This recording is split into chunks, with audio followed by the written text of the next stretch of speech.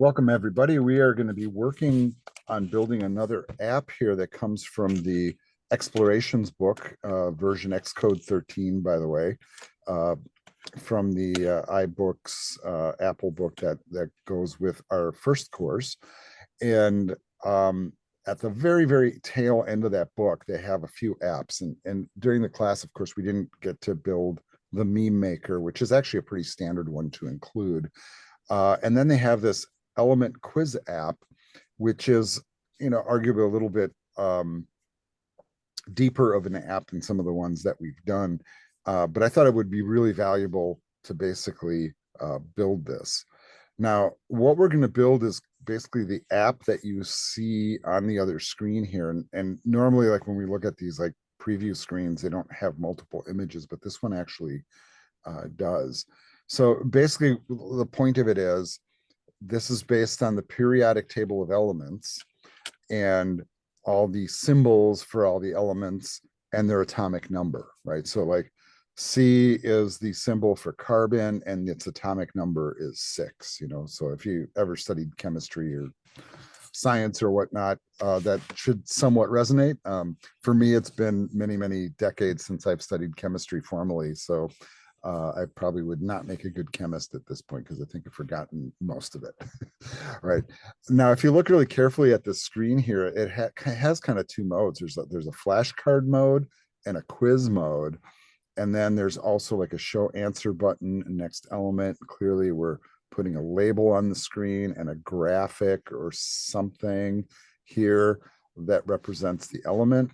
If you scroll over, you can see basically how it would operate is the thing would pop up on the screen with its symbol and atomic number, and then you're supposed to type in the correct answer, and then you'll get an answer like this. For example, like if you type in the wrong thing, and then it will tell you the correct answer. So it's kind of like a study app or whatever.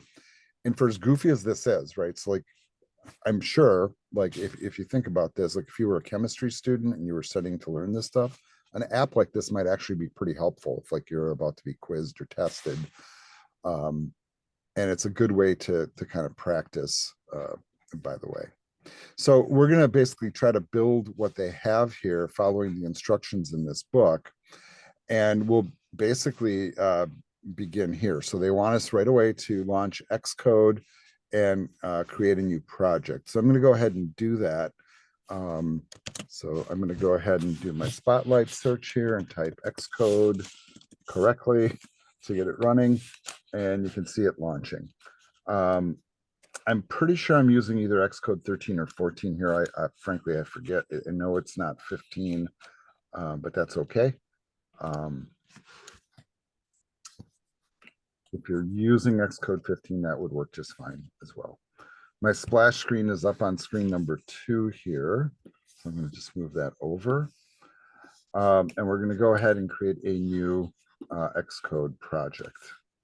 All right, I'm going to move the book over to my other screen. I might pull it over on occasion, which is pretty normal. But at least at this point in time, I'm just going to read from that screen. All right, they want us to use the iOS app template. That's pretty normal for us. So we'll go ahead and click next. We're going to name the project Element Quiz. Element Quiz. Of course, we'll leave all the other stuff kind of as is. It'll be a storyboard. The language is Swift. We don't need tests or core data. And then go ahead and hit next. Find a spot to store it. I am going to store it still with my previous semester's work because it comes from that book. You guys should store it with your current semester's work though, because you guys will be turning it in for a grade. Whatever works best for you, but just know where it is so that you can turn it in when the time comes. Go ahead and click create. Of course, if you have a GitHub account or whatever, you can link it up there if you wish. I'm just storing it locally at this point. I'm going to close the info tab here. And then they want us to start with the main storyboard. So go ahead and bring that up on the screen. And then they're suggesting that we work with the iPhone 13 Pro because of when the book was written. I'm using the iPhone 14 Pro, but you can use whatever version you have available. Generally recommended that you use one of the later Pro models to push to. I also want to kind of point out the fact that down here, I'm also pushing to the same device. And you could push to iPad or, whatever, what have you down here. It's a good idea to have those two synced so that like controls like what we're building for on the screen and then what we're pushing to in the simulator when we actually run it. Chances are whatever you use for the meme maker last week is going to work just fine here. So no need to probably change any of that. All right. So the way that we're going to begin here is they're telling us that we need to add some elements to the screen. We're going to need an image view, a label, a button, and a button. So the image view is going to show the image, right, of the chemical element. The label is going to either put up a question mark or display the name of the element. And then the one button will show the answer. And then there's another button to move on to the next question. So that's kind of the whole interface. So if you look at the book on page 623, they have a really rough thing. So let's go ahead and just drop these on the screen. This should go pretty easy, but just so that you can kind of see what it looks like, this is what we're aiming for here, is to build that, right? So an image view, a label, a button, and then we'll adjust from there. So let's get that practice going here. We're just going to go up to our object library. Let's start with image view. And there it is. I just typed image. I'm going to drag it on. I'm going to drop it, roughly here. And, I am trying to center it, if you're wondering.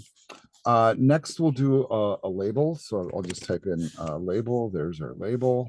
That's going to kind of go sort of in the middle here. And then we'll add a button.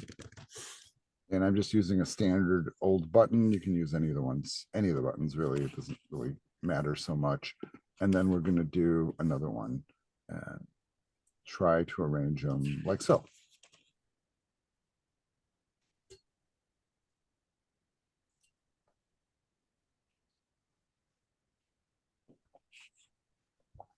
All right. So they make a couple of little points from an interface standpoint here about how to align these and center them. And they are making a point that you can center two objects together by simply selecting both of them at the same time. I think you guys are probably pretty clever enough to figure that out on your own, but I'm just kind of showing it just so you know that you can. All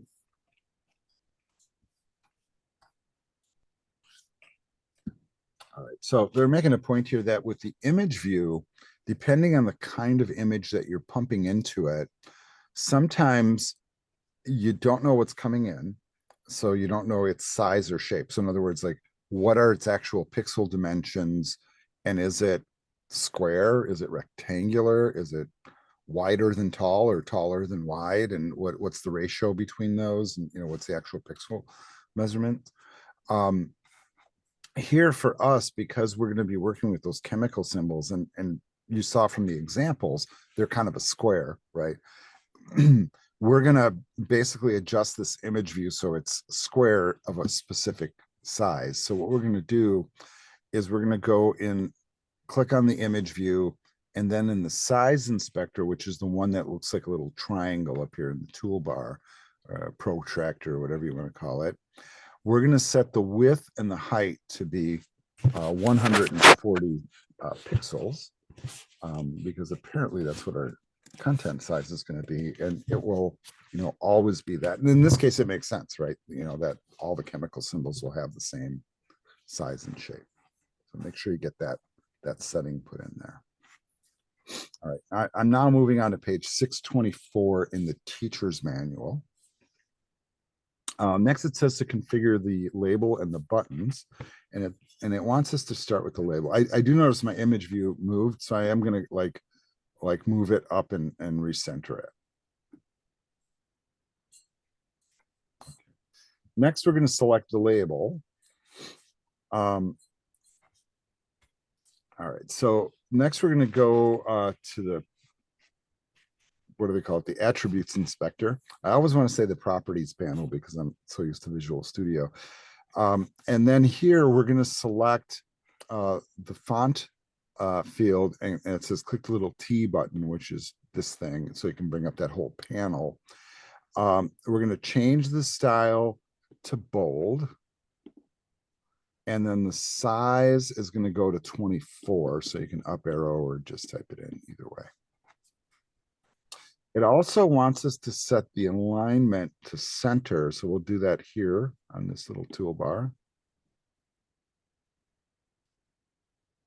And then change the string in the label to answer label with a space in it. So I'm just going to come up here and type that in.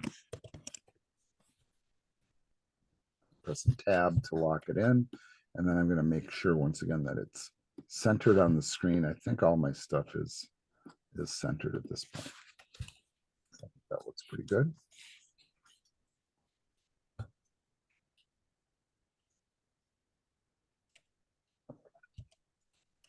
Right. In the book, they're making this little point, and it says, even though the contents of this label will be changed at runtime, setting a string value to something other than label makes the purpose of the label clear, both in the storyboard canvas and in the outline view to the left. And it does, right? Because that way I can go, which label? Oh, the answer label, right?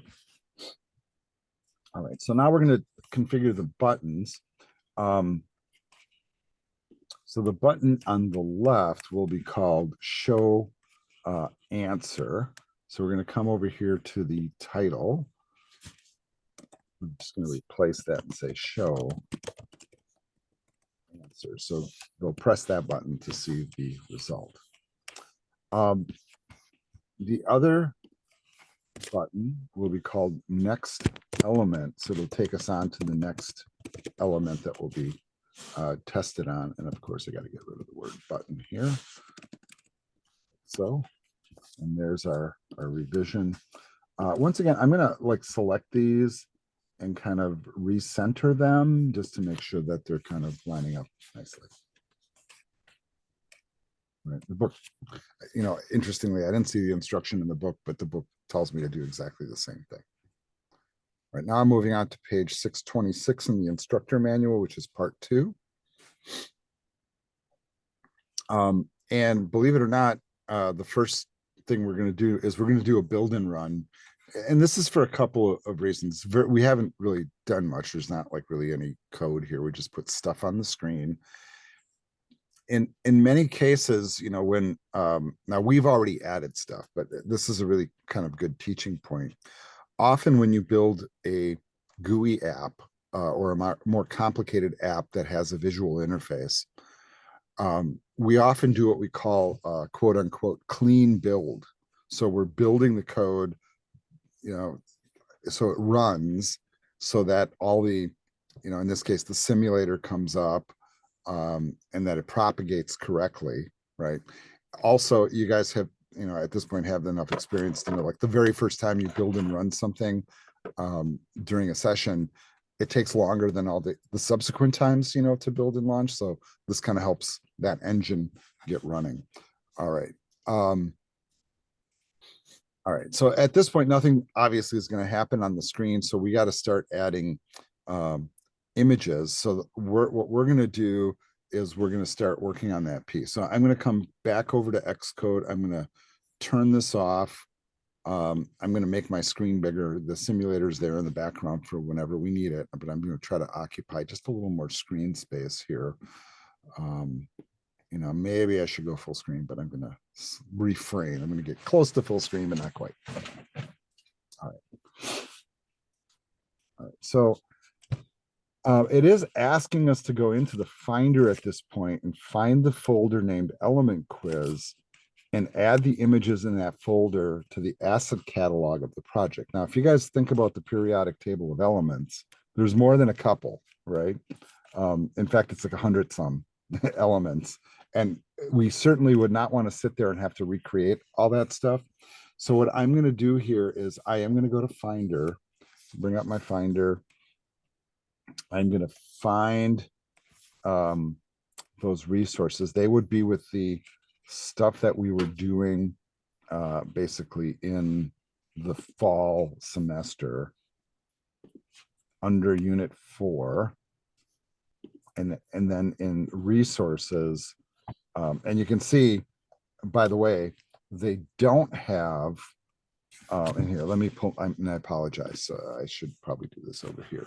So I went to the student zip from this book, right? Went to the student folder, building apps, which is part 4, the element app quiz, the resources, the element quiz, and then there are your images. And I know that was a little convoluted. And you notice, by the way, that there aren't 100 some elements here. You guys are picking up on that too, right? Yeah. But you could imagine, like, if you were really ambitious about building an app like this, you would probably spend a day or two making all of the icons for it. And if you look at this, right, the way that this lays out, right, there's a standard size one, there's one that's twice the size, and you can't really see the dimensions here, but if there you go. So the standard one is 140 by 140. It doubles and it triples for all of them.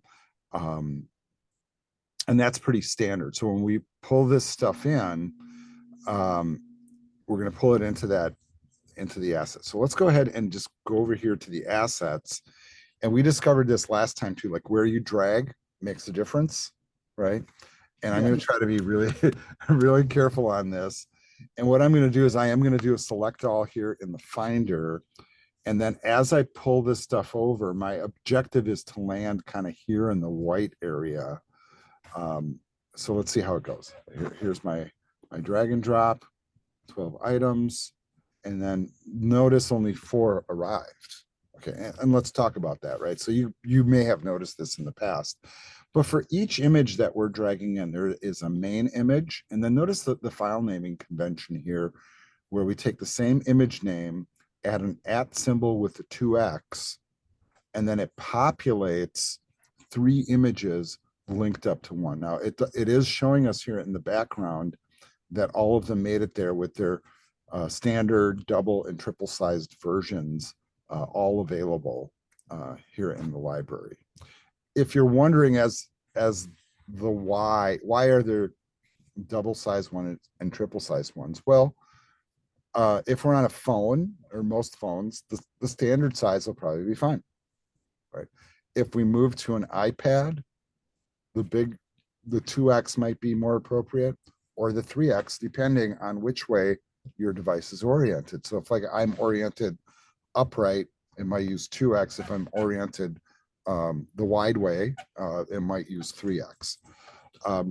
It's generally considered good practice to have this stuff all provided.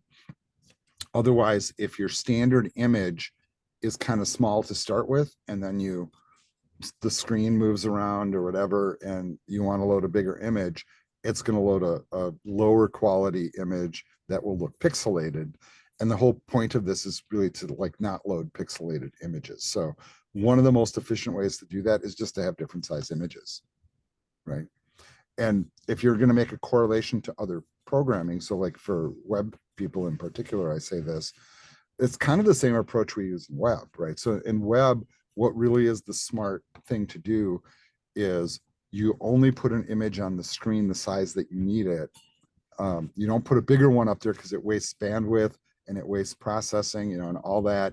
But if you do need a bigger image, it's good to have multiple sizes. And they're using the convention here that works with Xcode with the symbolism built in. And very interestingly, when I would do web pages, right, I would, and have alternate versions of files, I would, like, for example, have like abbreviations I would use, like TN for thumbnail, really small, or icon or something like that. Or I would go as far as actually sometimes listing the dimensions of the file in the file name.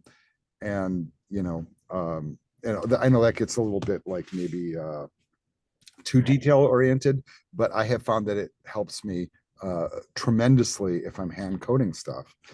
If you use a content management system, and this is pretty notable as well. So if you use like WordPress or Drupal or something like that, most of those systems these days, if you pull in an image, automatically takes the native image, whatever format it is, and then automatically creates like 3 or 4 different sizes.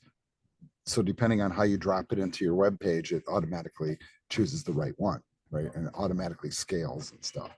So this is not an unheard of type of approach, and this is a really clever one. I think it is also possible to ramp that up, but I think usually one single size, double size, and triple size is usually more than adequate. All right, let's move this out of the way, but that piece is in place. So you guys, I'm assuming, got everything loaded in there. Okay. Yeah. Okay, fantastic. Thank you. Sorry, I realize I've been talking with mute this whole time. Yeah, I'm set too. I'm good. Excellent. Thank you. I appreciate the touching base, right? Like you're talking, and nobody's reacting, right? Now you're sounding. Yeah, well, I talk so much that if you talk on mute enough, it'll give you alert that'll let you know that you are talking on mute. That's what I got. I was like, oh crap. Well, that's smart software. That I don't mind so much. And it's like, hey, you're muted. What's even better is when I do stuff like this and I'm like recording or like showing some really intensive code, and then somebody goes, you're not sharing the screen. It's like, oh yeah, that would help, wouldn't it? Okay. Right. We're not in that boat, fortunately. All right. So we completed the adding images part of part 2. Now we're going to add outlets. And so it says, as the user navigates through the different elements, you'll need to update the image view and the answer label. So create an outlet named image view for the image view and an outlet named answer label for the answer label. And we're going to do these one at a time. And just if you guys remember this tip too, so we're going to drop those into the view controller. If you want to open up the view controller so it's side by side with the storyboard, kind of the easy way to do that is you hold on the option button and then click the view controller, and it opens it in the alternate view. Now, I am going to kind of use a 2-finger drag here to move the storyboard to a spot where it makes sense.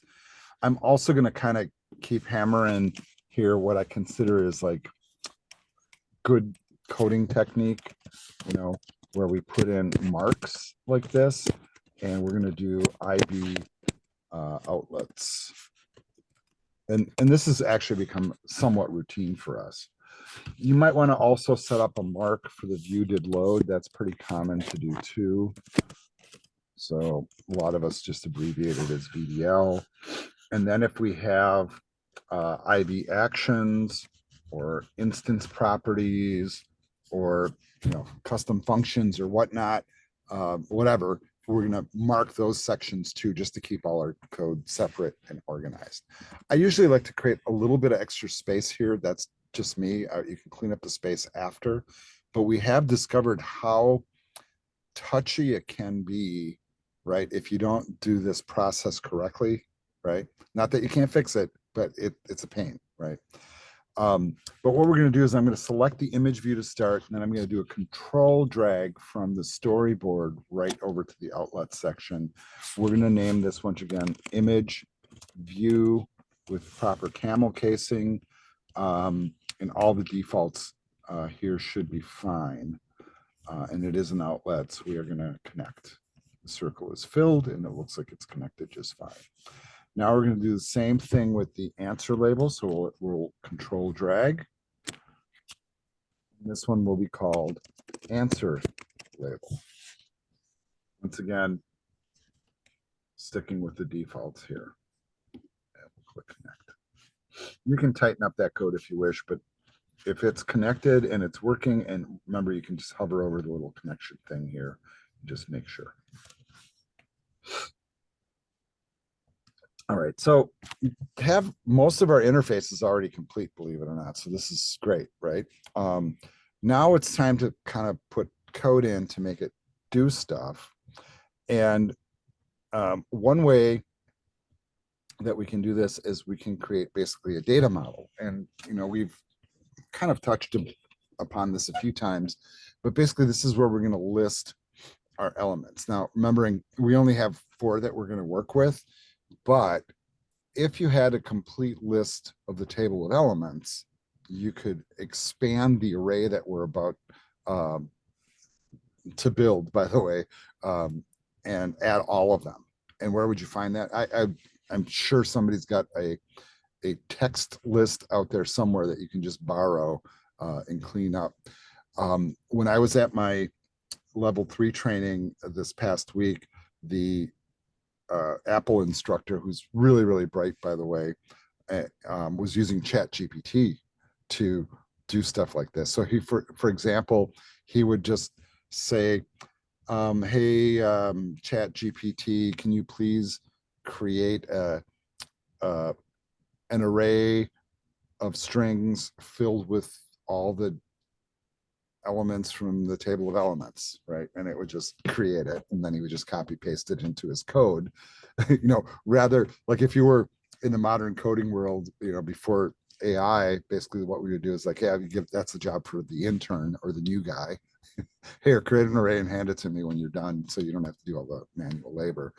But it's a really good example of how AI is starting to step into coding and make our lives a little bit easier, right? Because that's a really tedious task, is to type out the table of elements, and like, what if you can spell them, and all that stuff, right? And what if there's a new element and you forgot it, that kind of thing. So here in this area, we're going to create what, I guess we could probably call this an instance property. So I mean, you could put it at the top, but what I'm going to do is I'm going to create another mark here, and I'm going to call this instance properties, and if you want data, whatever. And we're just going to do a let statement here, and we're going to say element, DOE, element list. And then I'm just going to put in my pair of square brackets, right? See how I open and close them right away, because I always forget if I don't. And then I'm just going to put in the elements that we were told to put in. So I have carbon. These are all comma separated, of course. We have gold. We have chlorine. And we have sodium. So there's our initial list of elements. The other thing that they're asking us to do is, it says we need to keep track of which element is going to be displayed. And the reason for that is so we can load the right image and the correct answer that goes with it, right? Now, keeping in mind that arrays have index values. So like carbon is at position 0, gold is at 1, chlorine at 2, and sodium at 3. It makes sense, to keep track of those that way.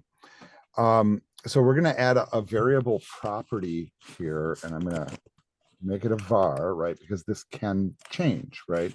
So we're going to say that the current element index is going to be set to 0. So we're going to start with the first one, is what that's saying. Right. Kind of interesting to note, right? Like, think about this. The element list is a let statement. It's a constant because the elements don't change, right? Which one we're looking at will. So that's kind of the why. All right. So now we have to do a little bit of work. It says when the app first launches, you want to display the very first element.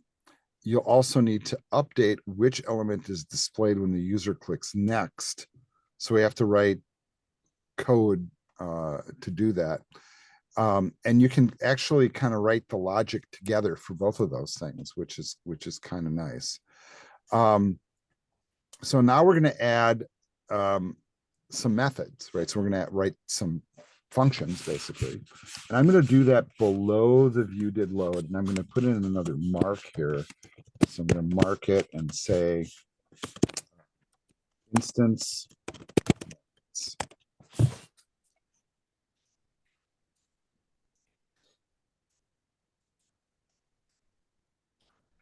Let's begin by doing this. All right. So let's declare the function. And what we're going to call it is update element. To see is we're not going to throw anything in there because it's just going to act basically. So first thing we'll do is let's set that element name. So we're going to say let element name equal from the element list whatever our current element index is. So in this case, it would be 0 when we start out. And if it's helpful for you guys, let me just make the code wider, and I think that's a little bit easier to look at right now. So let's just do it like that. Okay, so that's the first step. Then let's also let the image be set to a UI image. So one of the ones that we have in our asset thing. And we're looking for one that has a specific name. So the prefix here is named. Named what? Well, whatever the element name is that we just grabbed in the previous line of code. So we're just going to say element name.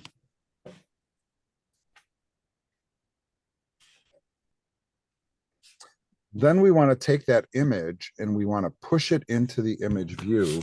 So then we're going to just basically adjust its properties. We're going to say image view dot image. So the image that goes in the image view is what that means. Will be set to the image that we just captured on the previous line of code.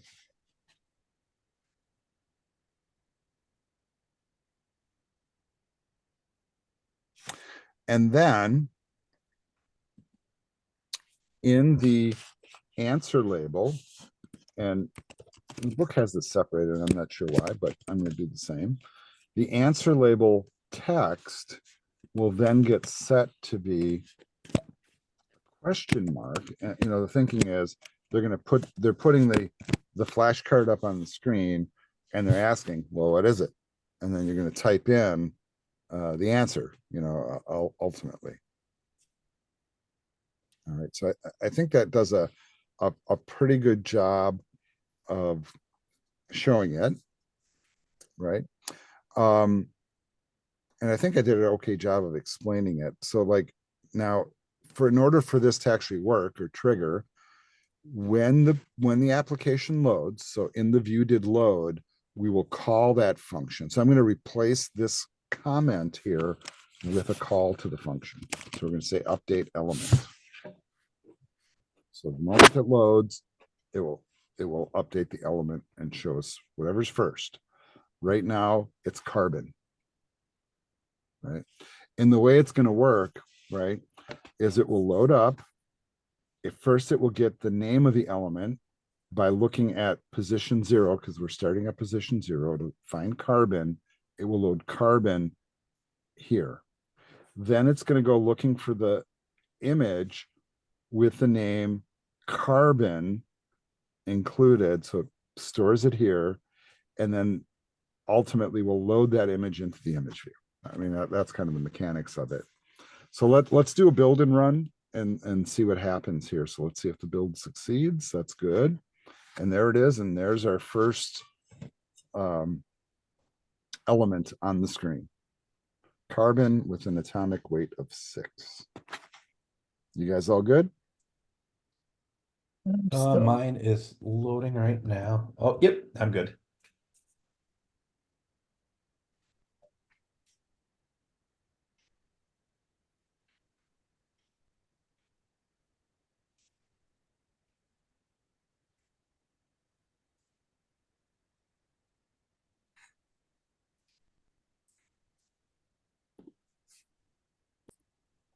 All right, so now we're going to move on to page 630 in the teacher's guide, or part 3 in building the element app quiz, or element quiz app. Hard time saying that one. All right, so now we're going to focus our attention on the user interaction. And basically the concern here is that when somebody taps the show answer button, you want to be able to change the label from a question mark to the element name. That's kind of the grand goal. So when they click the next element, it should move us to the next item in the array. And then so if you guys remember how to do this, each one of these buttons is going to require an action attached to it. And since we have our screen still arranged like this, I'm going to go ahead and hit the stop button. Let's do that. And then I'm going to rearrange my screen kind of back to how it was before. So I'm going to pull the code over this way. And then I'm going to add another mark in our document. So this will be right up here above the VDL, and I'm going to call it mark. And I'm going to say IB, making a little space again. So let's start with the show answer. I'm going to click the highlight, then I'm going to hold down Control, click and drag it over, release it. We do want to make sure that this is an action. They want us to name this show answer, which makes sense. Any is fine. Touch up inside is fine. Sender is fine. So you should just be able to do that. Validate that it worked by just hovering, and then move on to the next button. Once again, Control drag, drop it in. This one should be called next.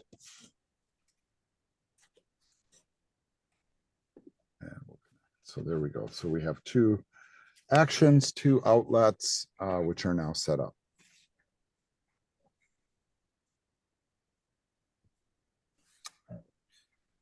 Once you have those 2 things in place, you can actually go ahead and build and run. But okay, so there's a line of code we need to add here to actually make it do something. In the show answer area, we can simply do this. And I'm sorry that I almost missed this altogether. We're going to type inside the code here, we're going to say that the answer label text will be equal to whatever item in the element list we're currently looking at the current element index. Okay, hopefully that resonates with you, right? So should look like that on one line of code. So we're going to build and run again. And I want to show you kind of like there's a technique happening here too, right? We're making one kind of change, adding a little bit of code, connecting a couple things, and we're just running it. We don't want to do too much before we test, because now as this is up on the screen, if I click show answer, it should read Carbon, right? This one won't work yet because we didn't put any code in there, but this one works. All right. And hopefully that worked for you. The other IB action is what's going to take us and move us to the next item in the element array. So we started at Carbon, and then we're going to go to Gold. Now, how do we change that? Well, we can just say basically that the current element index plus equals 1. We're just going to increment by 1 whenever they hit next. And then in order to get the right element image on the screen, I have to call update. Okay, spell it right though. Update element, which is the function that we first wrote, right? So we change to the next array position, and then this will then load the correct thing. So if you once again build and run, both buttons should now work. So show the answer and then go to next.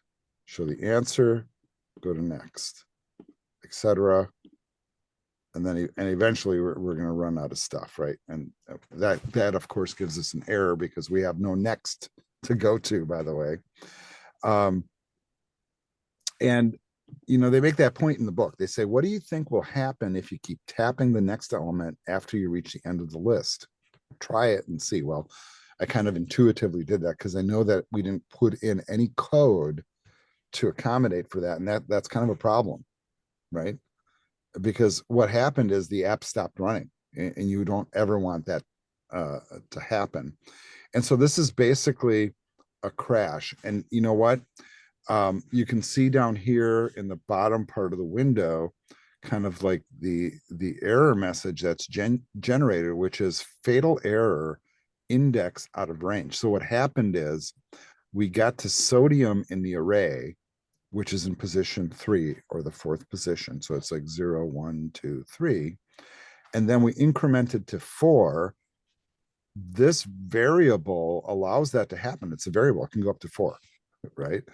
And then it tried to update the element and load the image, but there's no image number 4 to load. So we get this crash. And the basic crash is fatal error, index out of range. So we're trying to access an index number that just doesn't exist. Okay, so that's problematic. All right, so because of that, we have to do something to kind of limit it, right? So like, okay, so it says where did the crash happen? And you know what? I stopped it. So let me go ahead and run this again. And I'm just going to go through the process of showing the answer and clicking next, right? And here's the last one, and I click next, and it crashes. And notice where it's crashing, and that's kind of one of the points that the book is making here. So what they're pointing out is that this is failing, and you can see I'm trying to get this like divider, and that's really not easy. And I'm trying to get most of the error message here, and it says thread 1 fatal index out of range. No fixes for that, by the way. This is a logic error, right? So you know, we're not thinking about it logically, which is why it happened. So it's pointing to that particular thing, right? And where it's really triggering, actually, this is triggering it to go out of range. That's really what it is when we hit that next thing. So the question really begins, it's like, okay, well, how do I set it up so that I never have that situation happen? So for example, what would be more logical if I hit next, and instead of like going to something that doesn't exist, maybe it makes sense to go back to the beginning. How about that? That's a really simple and easy way to fix this. And so you can simply do that by going to this next function here, and we're just going to add in an if statement, and we're going to say, if the current element index is greater than or equal to the element list count. Now this is a property, right? So when it's listed like this, it's a property which looks at the list and counts it and says 4. Okay, so if we're trying to go to position 4 in the list, is what it's going to say, then we're going to reset the index back to 0. So I'm just going to say current element index equals 0, and then we'll update the element. So it'll just take us back to the beginning. It's what it should do, at least, right? Let's hit the stop button. Let's hit run. Let's get it back up on screen here. And let's just kind of go through the process, right? Show answer, next, show answer. So here we are on the last one, and now it's back to carbon. Okay, so we're basically kind of getting ourselves to loop back to the beginning.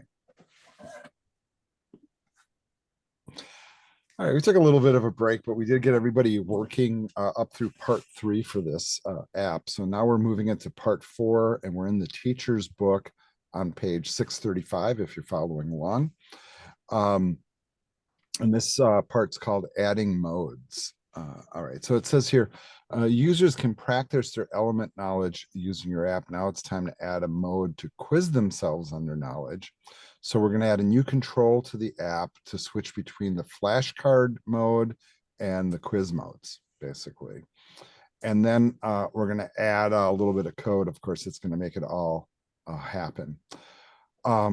First, it's important to note that we're going to be in one of those two modes, right? So there's the quiz mode and then the flashcard mode. And because we're going to be kind of like switching between two different modes, it really is a good idea to create an enum to allow us to select between those two modes. So let's do that inside the view controller. So I'm going to come back over to my screen here. We're going to go to the top of the view controller. And the first thing we're going to do is, so it's going to be at the top of the view controller, okay, after the import of the UI kit and above the declaration of the view controller class. So it's actually going to sit outside the class structure. So we're going to place it here. A real common way to do this, by the way, is to put it in an external file, right? That's real common. But this is really, really simplistic, which is one of the reasons why they're just dropping it in here. So we're going to create an enum. We're going to call it mode. We're going to put in our curlies, and we're going to have two cases for this. The first case is going to be flashcard mode. So we'll say flash card in camel case there, and then we're going to do a case for quiz mode. And so it's one of the two modes.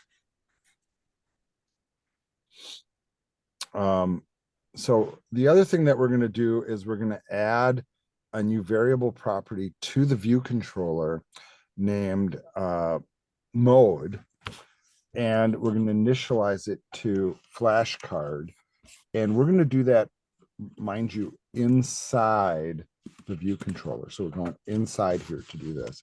Now, maybe this should be under instance properties might be a good place to put it. And I'm gonna do that. I'm gonna put it down here because that's where it makes sense to me in my brain to do it, because this is technically a property. So I'm gonna create a variable here called mode colon and of type mode that we just listed at the top, and we're going to choose one of the cases, which is flashcard. Right. So what this code is doing on line 43 is it's going up to the enum and it's self-populating from the entries there. And it's been a while since we've done that. So just kind of remind you how that works. An enum is just kind of a way to declare a bunch of different possibilities, that we use in code that we're not changing, and the two possibilities here are flashcard and quiz. So now we're going to need to add a couple of things to the interface to make this happen as well. And it says to switch between these two modes, we'll need a segmented control at the top of the screen. And if you didn't leave enough room for it, we're going to have to move stuff around. But I haven't seen your screens. I think we're all going to be fine on this. So I'm going to make the storyboard prominent here. So I'm going to kind of move the code out of the way a little bit. I'm going to bring up the object library, and then we're going to search in here for segmented. Okay, and I think the reason it's doing that is because I had a button selected, so I'm deselecting the button and triggering it again, and there it is. That's the control we're looking for, segmented control. I'm gonna drag and drop that right up here at the top and center it. Maybe slightly move it down, something like that. All right. All right. Now we want to change the titles of the segments by double clicking them, and then you just type basically. So for the first one, we're going to say flashcards with a space in it. And then in the right segment, I'm going to double click that one, and then we're just going to say quiz, like so. And then I'm hitting tab to get out of there, by the way.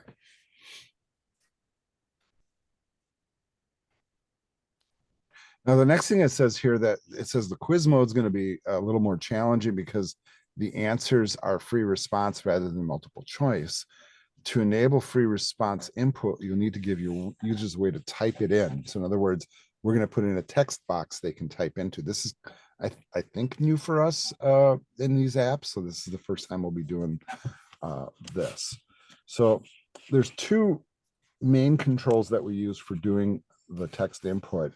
One is the text view, and the other is the text field. And basically the difference between the two is that one allows for multi-line editing for long form, while the text field approach is, you know, like on a web page, just for a little bit of entry, you know, that you're not going to type a novel, right? But you're going to put in, you know, a little bit of text. All right, so we want to make sure that we have enough room for that text field by moving the buttons lower in the scene is what they're saying. So I'm going to highlight both of the buttons. Now I could do this with the mouse, right? And so this is one of these things I learned from doing graphics. If I want to move the stuff so that it stays centered and in its right position, I'm going to highlight both of them and then just use my arrow key and move them down. And I think that's enough right there. You know, keep in mind that when somebody's going to be typing in their text, they're going to get a little pop-up from the bottom of the screen with a keyboard, right? And you don't want your buttons to be obscured. So you may end up like, maybe you'll move the image view up a little bit. Maybe you'll move the answer label up a little bit. And then I'm going to move these up just a little bit. And then I'm going to put my text field right in between here, you know, and I'm eyeing it up right now. If it doesn't sit right, we can change it later. You know, it doesn't really matter too much. All right, so now I'm going to deselect all the stuff on the canvas here. I'm going to go back to my object library, and I am going to be looking for a text field. And so if you can just start typing text, and we want the field, not the view. The view would be like a whole text box, you know, the novel, right? The text field is the snippet, right? And I'm going to click and drag and just going to drop that right in the middle here and center it. And right as I let go, of course, I broke the centering. There you go. That's how it goes. All right. All right. So it says stretch the field so it's the same width as the image view. And so I'm going to do that. I'm going to just grab the handle when the dotted line appears and lines up. I'm going to let go. So that's about right. All right. Now it says that we're going to need outlets for both of these new UI elements. And so we know how to do that. So I'm going to come over here. Once again, I'm going to kind of strategically arrange my screen. And I'm going to make a little more space in the outlet area of my code. And you notice how I have it like right next to it, right? I don't want to have to drag far. And I'm going to highlight the segmented control, and then I'm going to control drag over to the outlet and release. And then the segmented control should be named mode selector.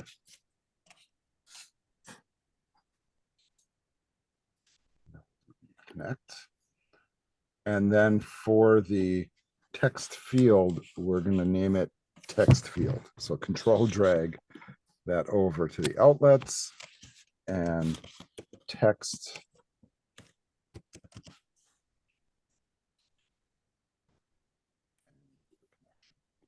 And so far, so good. Hopefully your outlets work just fine. I have this tendency to want to condense them in my code, but I'm just going to leave it alone. I think this is okay. All right. So even though we've done very little so far, right? We just added a couple things. Let's do a build and run to make sure that this just loads up, right? And you can see the box for typing, right? Pretty easy to see there. Well, fairly easy to see. And then we have this selector up top that doesn't do anything yet. But notice how cool that is, right? So it allows us to switch modes. And so we're going to have to write code to accommodate for that. And here, you know, can I type in this? Well, you actually can. All right. So like, and this is a little bit weird. So it says if you don't see the keyboard when the text field is selector, go to simulator right here, and choose hardware. I don't see hardware here. But I assume you go to IO keyboard and toggle the software keyboard so you can force it to pop up, and then you can actually type from, the panel, right? I am noticing that my buttons are covered though. You guys seeing that? Right. So Yeah. I'm probably going to move everything up. Now if I do type something here and nothing happens, and of course now if I want to get rid of the keyboard, I have to toggle it again. And notice the command, it's Command K. Right. Now, interestingly, because I'm working from within a host operating system, I should be able to click in here and just use my keyboard and type. That works too, right? Just so you guys know, because we're running a simulation. All right, let's move some of this stuff up though. That's what I'm going to do next. So I'm going to take the answer label up a little.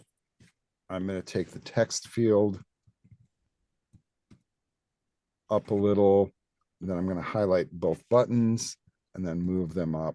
We really don't need that much space for this, right? But if you're really,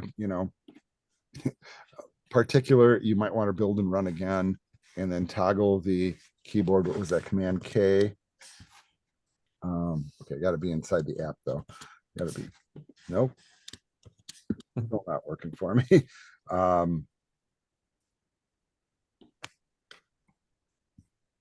Not sure what's going on there, but I'm Do you not. have to select the Yeah. text box, then you can You know Command it. K? That's exactly right. You have to select a box, otherwise the keyboard doesn't Okay. operate, right? And then you can type in your stuff, right?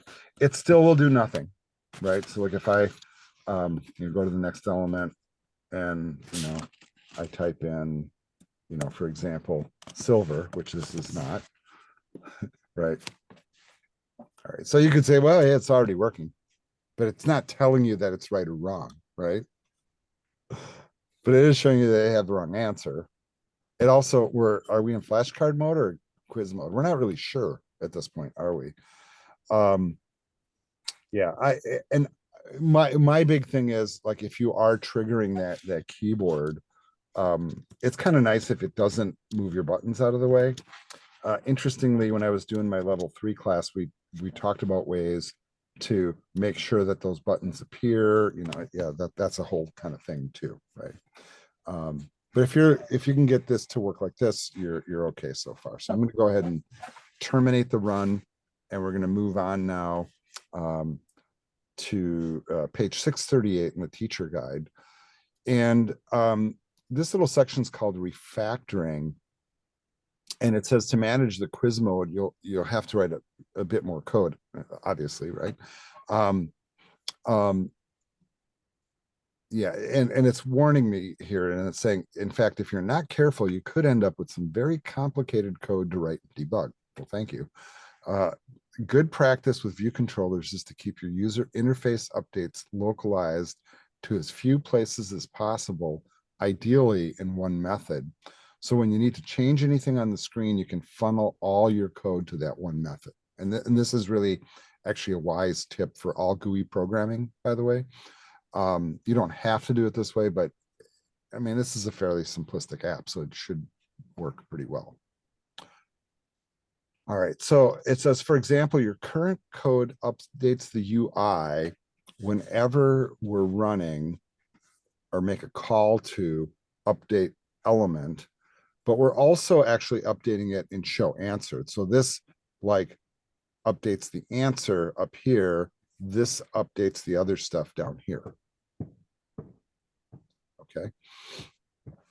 All right. And, the other, aspect of this, and the author is making this point, and it says, if you keep all your UI in one method, you can use that method to answer the question for the current state of the app.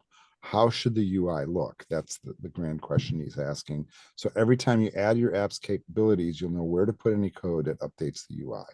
All right. All right. So I think I already said that enough. All right. The first thing that we're going to need to do is we're going to need to rename the update element, and we're going to call it something else. We're going to call it update flashcard UI, but there's kind of like a secondary teaching point here. We did this a little bit in the first course, and that is the refactoring thing, if you guys remember, right? And Apple's got like interesting ways to handle refactoring that's kind of slick, actually, compared to some of the other coding tools that I've used. All right, so go ahead and come here to the update element. And let's rename this. So I'm just going to call it update flash card UI. And here's the thing, right? Now we got to fix all the other stuff. And there's a few different ways to do this. So one way is I can right click and I can refactor, right? And really what I should do here is I should Control Z. So let me come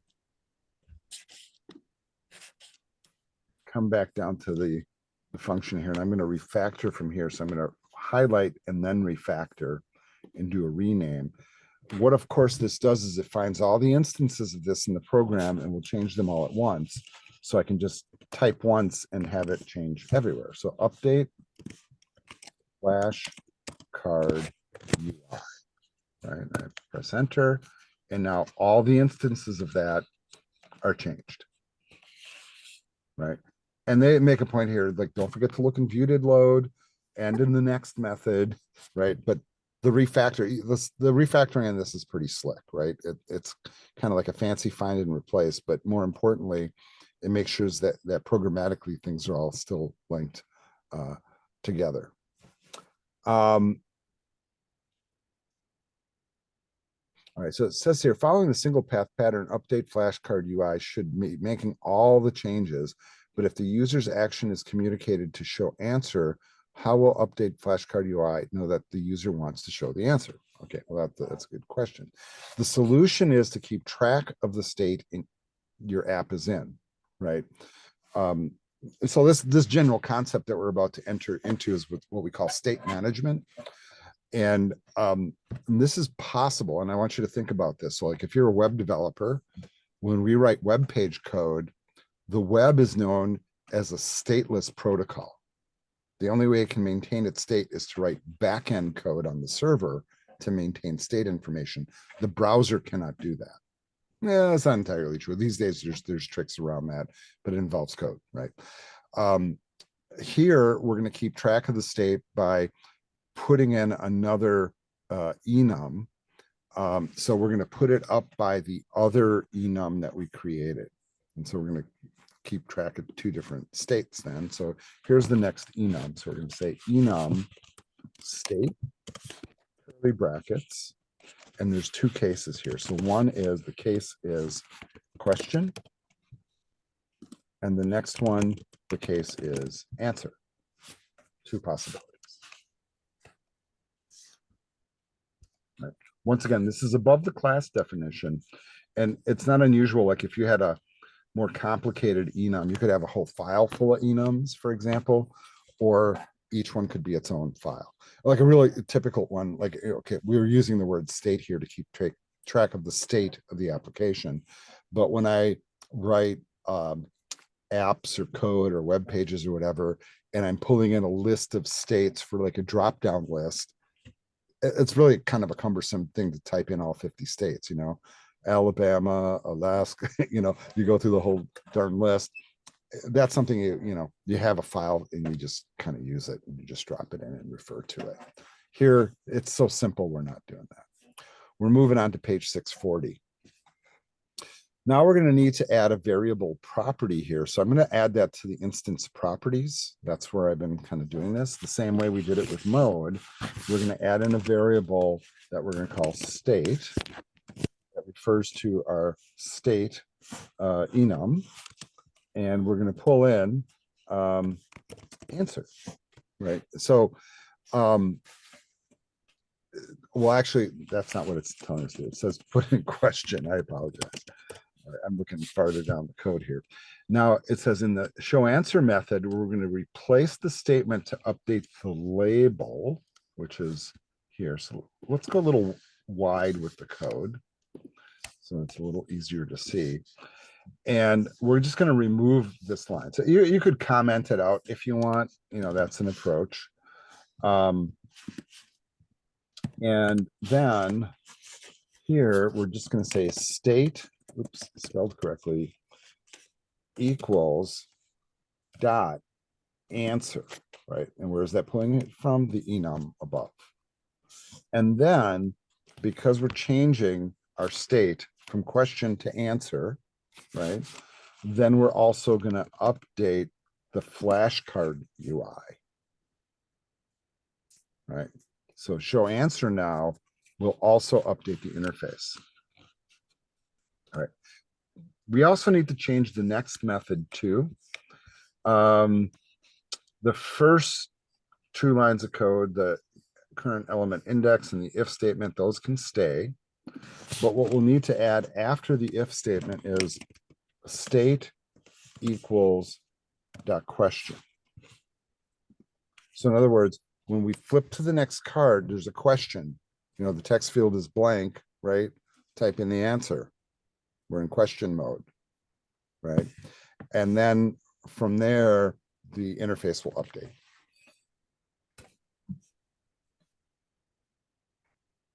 All right, you guys let me know if I'm moving too quickly or anything. I think we're okay.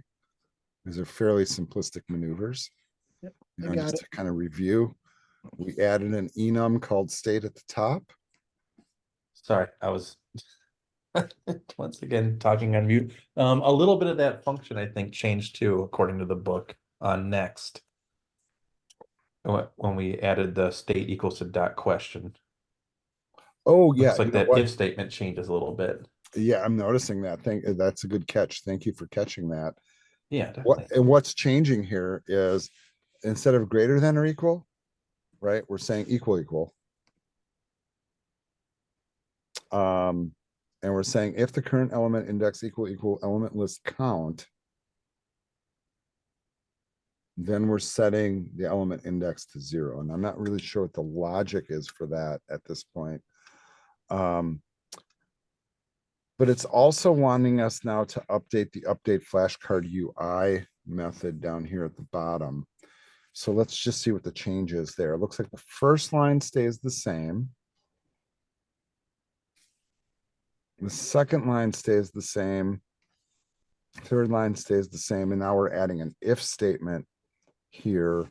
All right, so we're going to build an if statement and it'll read like this. We're going to say if the state equal dot answer, curly brackets, then the answer label dot text will equal the element name. Otherwise, we could say else here, open curly. Then we're going to just drag the question mark, and I'm just going to move that inside the else, like this. So it'll put up the question mark if the answer doesn't match, basically, is what this does.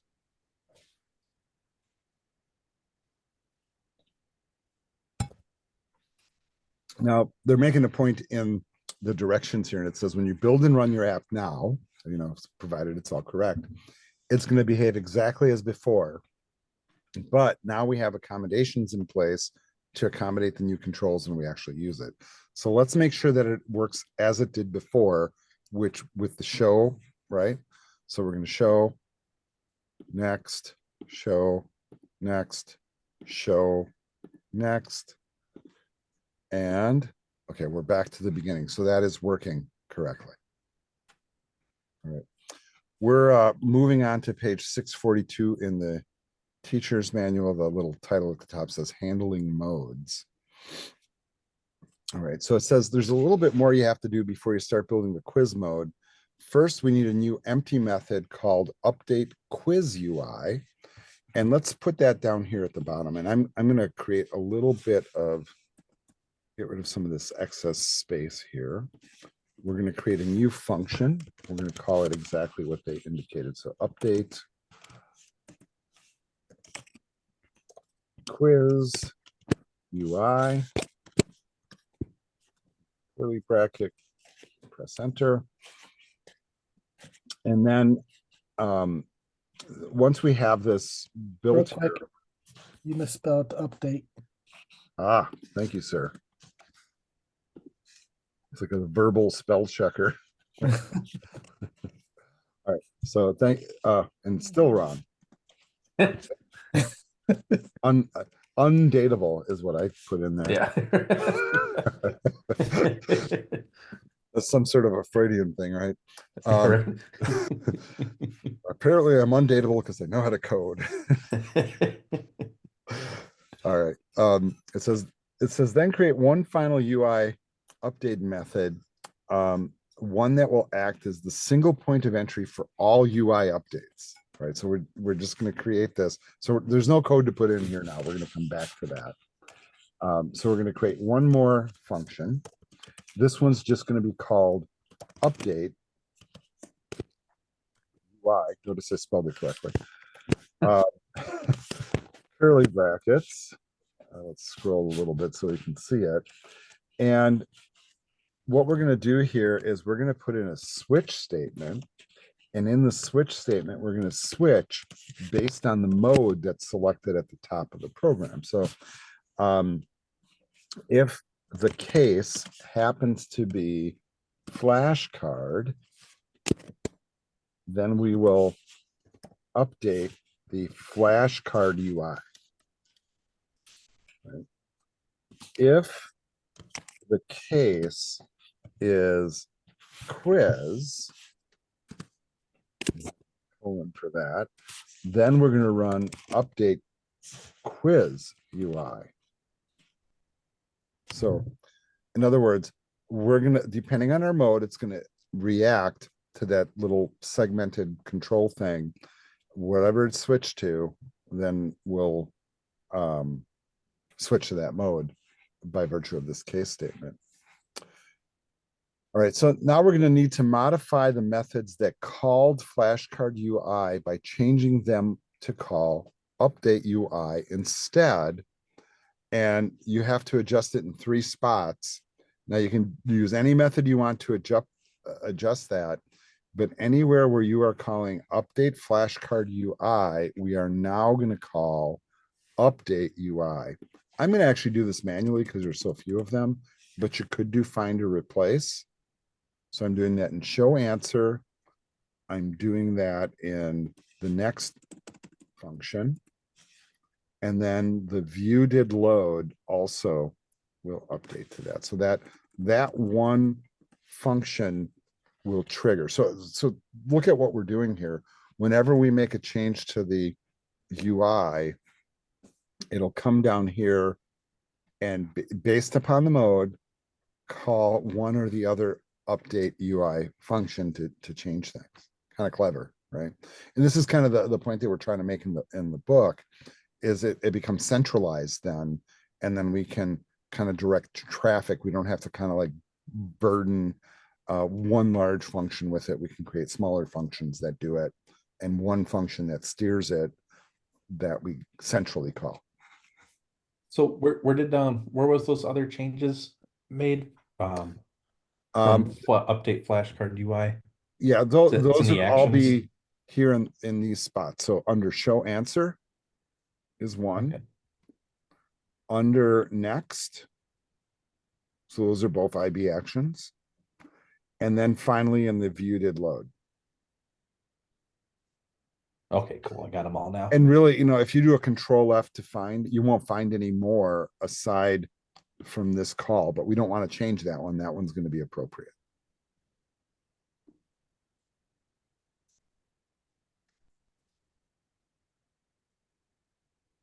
All right, I think I'm all good now.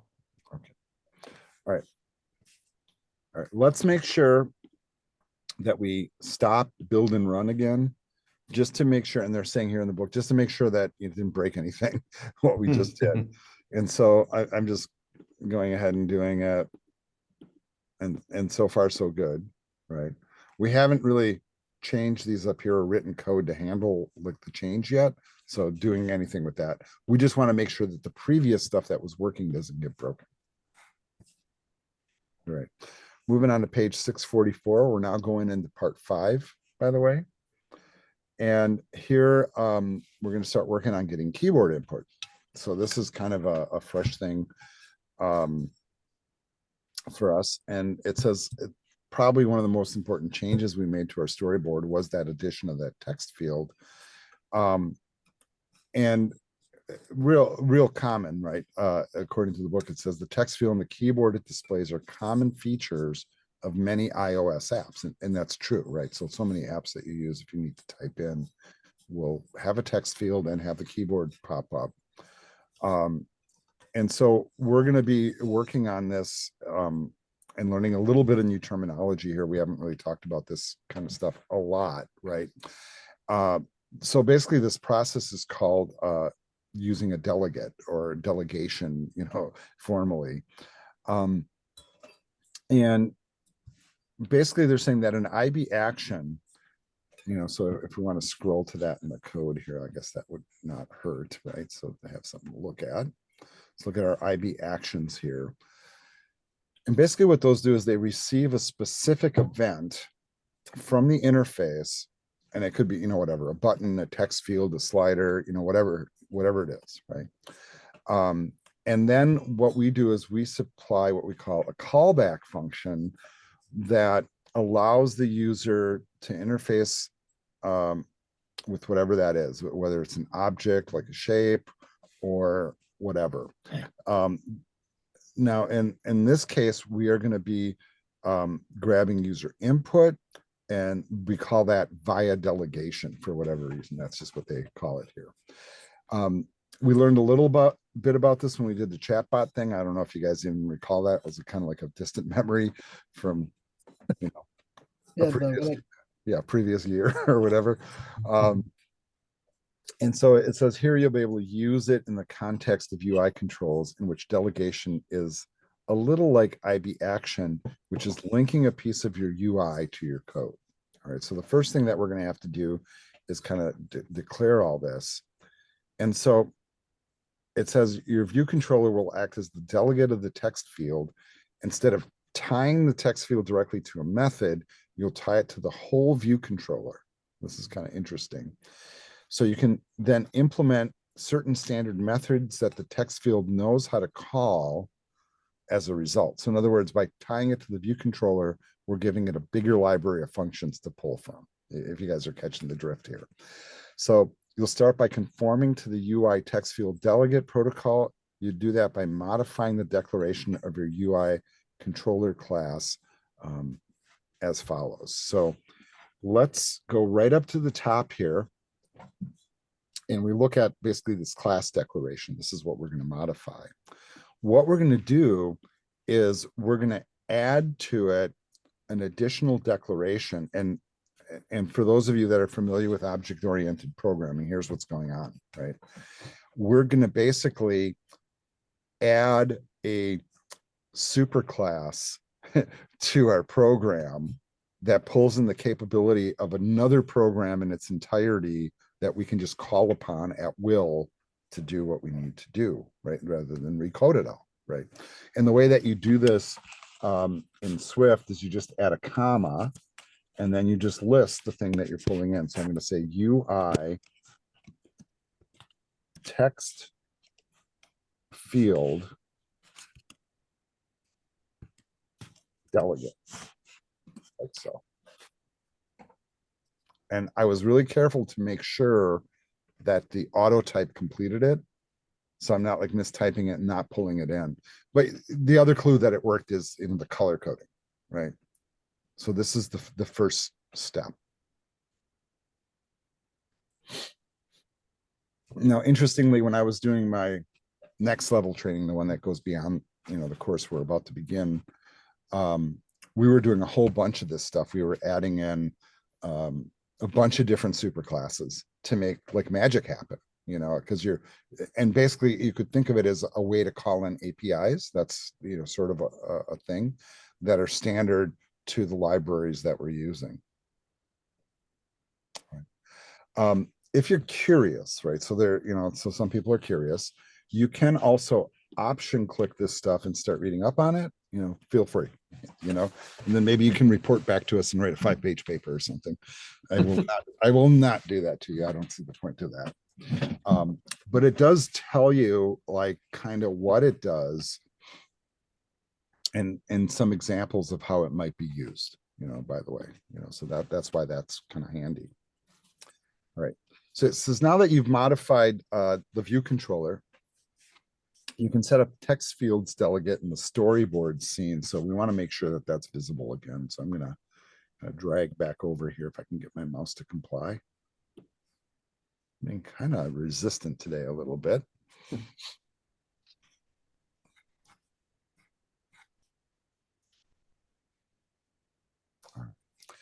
All right, so now they're saying that we want to control click or right click the text field. So part of this is how you have your interface set up, right?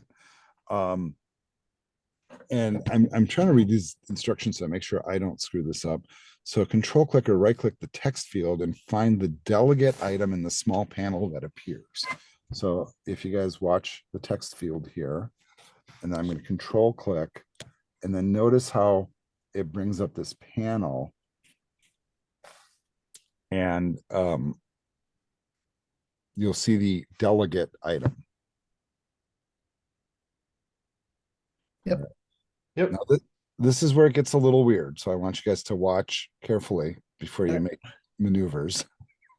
Unless you've already figured out that it's a little weird, right? Is now that that's selected, now I'm going to drag from the circle to the right of the delegate to the view controller in the document outline. All right. And I assume I'm trying to, okay. So where we're going to drag basically from here to here. That's where we're going, from here to here. So we need to connect it to the view controller like so. So how I did that? Why don't you guys just try that step and see if we can make that work correctly. And then if you fumble, we can pause and fix. But that maneuver can be a little touchy. Like if you miss with your mouse, remember you can always Control Z, right? And just try again. That's probably the easiest way to do it. But it is important to kind of connect it that way.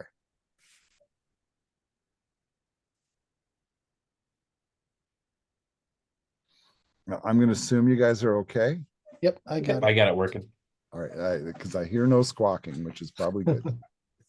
Sorry, the dogs were barking. I had to mute quick. Not a problem. Mine's more apt to howl than bark, you know.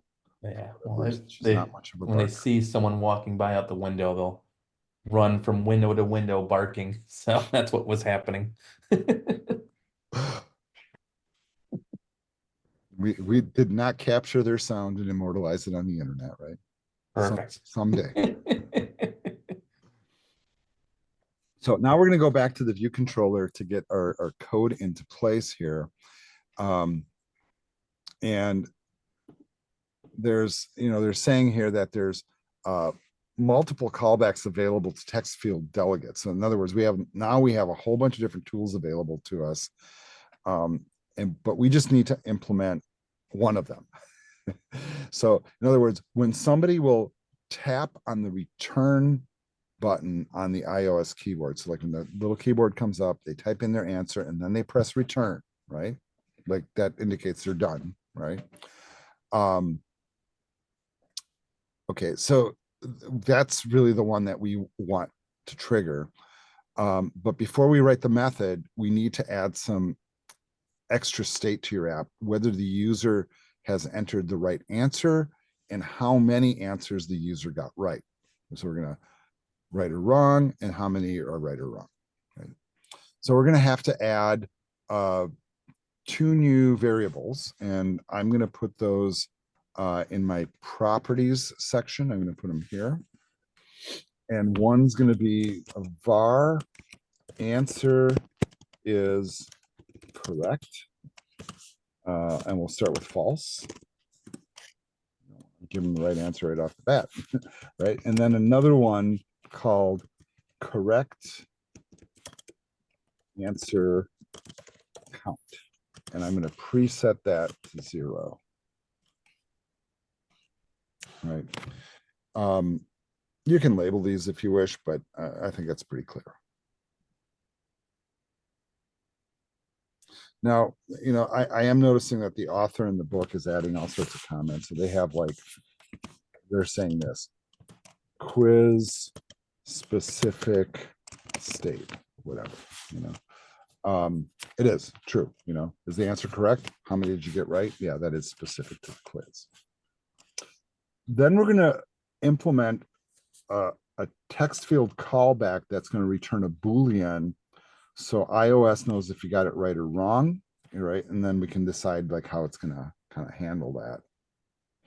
So we're going to go to the very bottom here with our instance methods.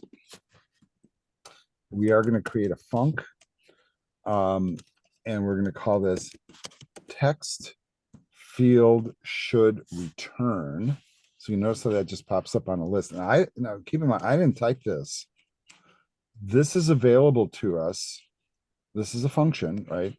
Or a method, really, technically, that's being pulled in by virtue of the fact that we added that UI delegate thing at the top, right? That's where it's coming from. That's a super class. It's another class file that we're just pulling in, and we're utilizing all of its capabilities. The defaults here are fine. It will return a Boolean, right? And if this helps at all, because we're just going to be kind of in code mode, I'll widen this out a little bit. And the first thing we're going to do is we're going to get the text from the text field. So we're going to say let text field contents equal the text field dot text. And I'm just going to type this for right now and move the line, and I'm waiting for the compiler to throw an error. All right, and I'm doing this on purpose, by the way. Well, first of all, it's right. We're not returning anything yet, but the author adds something to this little snippet of code, which is pretty important. Okay, and let's talk about this. What if the user doesn't type anything in? Well, they can't proceed any further. Well, correct, right? So we're telling this code to check your answer, but you've typed nothing in. So there's this thing that we do. This is different in different languages, by the way, so you got to be careful with this. If you were working in C#, for example, on the Microsoft platform, you use a question mark in this circumstance. Here in the Apple environment, we're using an exclamation. So what this is allowing us to do is not enter a value and not fail the program. Because if somebody without that exclamation point, right, if they left it blank and hit the button, it would crash because there's nothing there to compare with. This allows it to be empty, basically. All right. So let's just put that in the back of your brain and forget about it. We'll be using more and more of that as we move on into the future, by the way.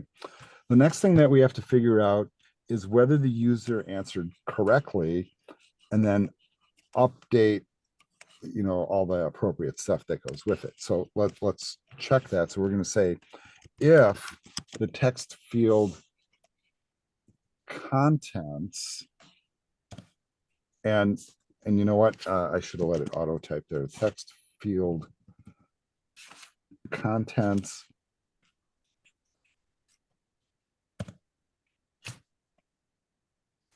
and okay, so I'm watching what the author is doing here. What the author is doing is okay, well, what if the user types in carbon in all caps, or with a capital C, or with all lowercase?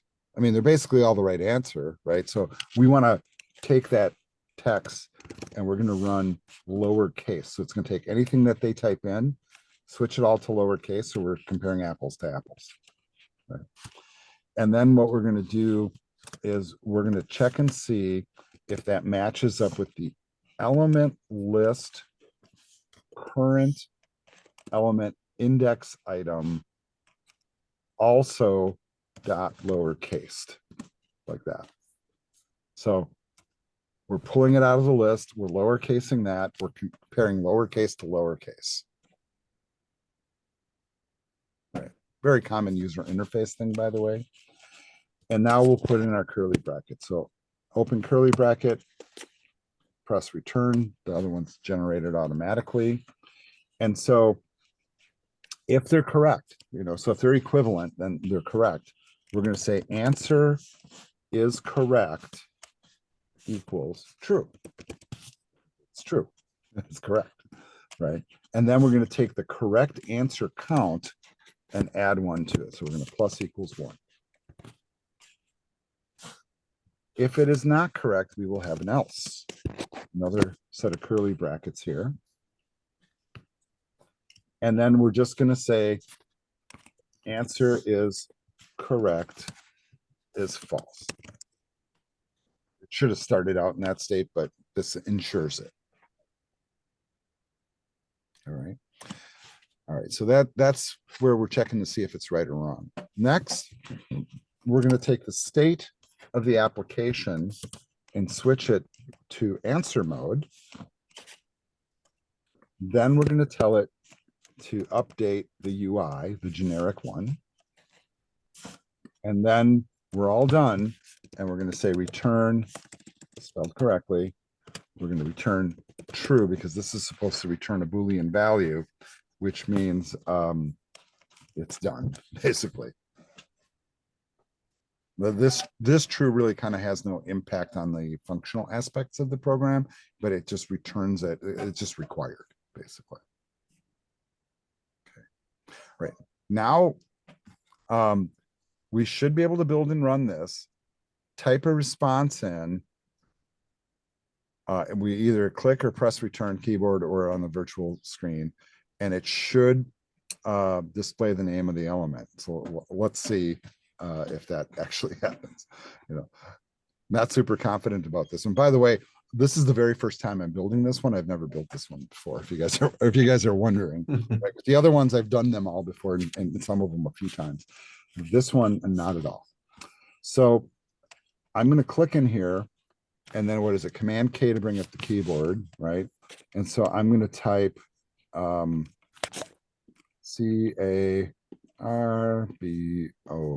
and then I'm going to click return, and there it is. It is showing the answer, and it is working, right?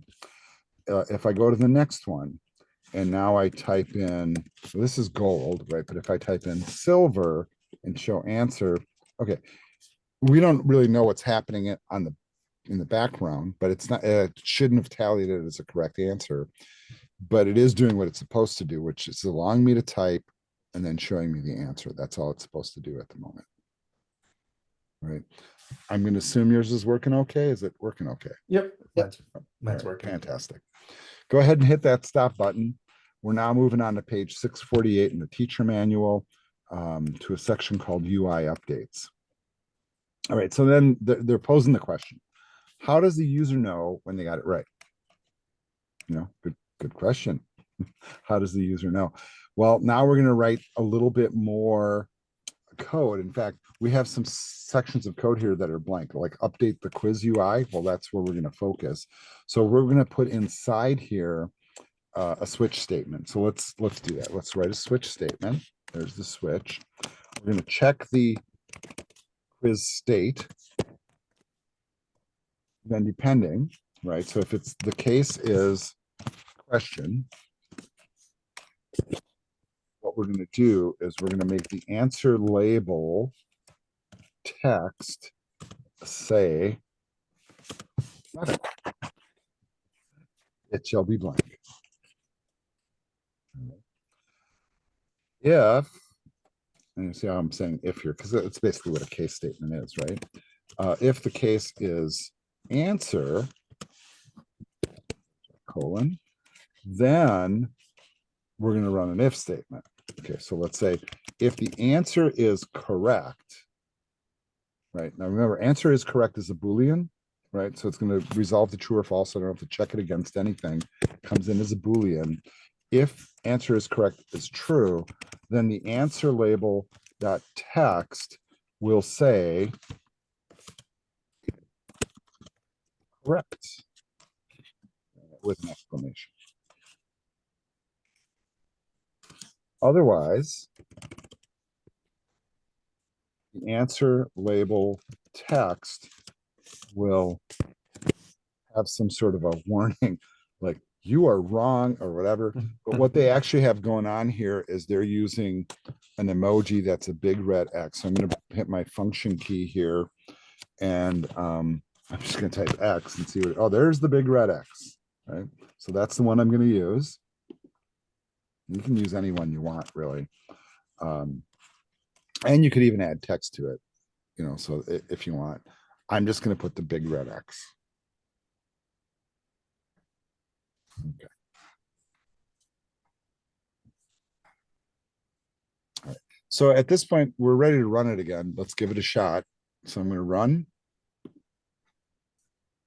And then keep in mind how we're doing this again. We're adding a little bit of functionality at a time, testing each time to make sure that the app is still working, because you don't want to change 20 things and go, what did I just break? I'm not sure. Where did we break it? I'm not sure. You know, that's kind of the mindset. So you don't want to change too much before you test. All right, so here it is again. And now I'm just going to type nonsense, right? And show answer. Okay, it didn't do anything for me, right? Didn't do anything for me either. Yeah, so why? Okay, here's the why. Because I don't have the keyboard up and I didn't hit return.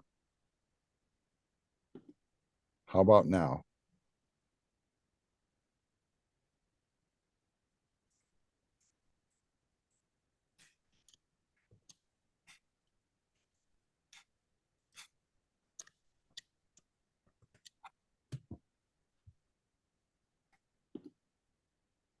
Let's go to the next element. This is clearly not working too well here. Yeah. We'll put in, let's put in gold.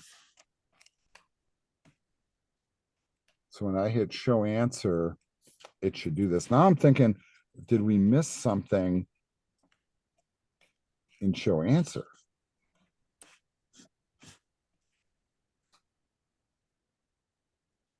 Yeah, there's a spot here I think that we're missing.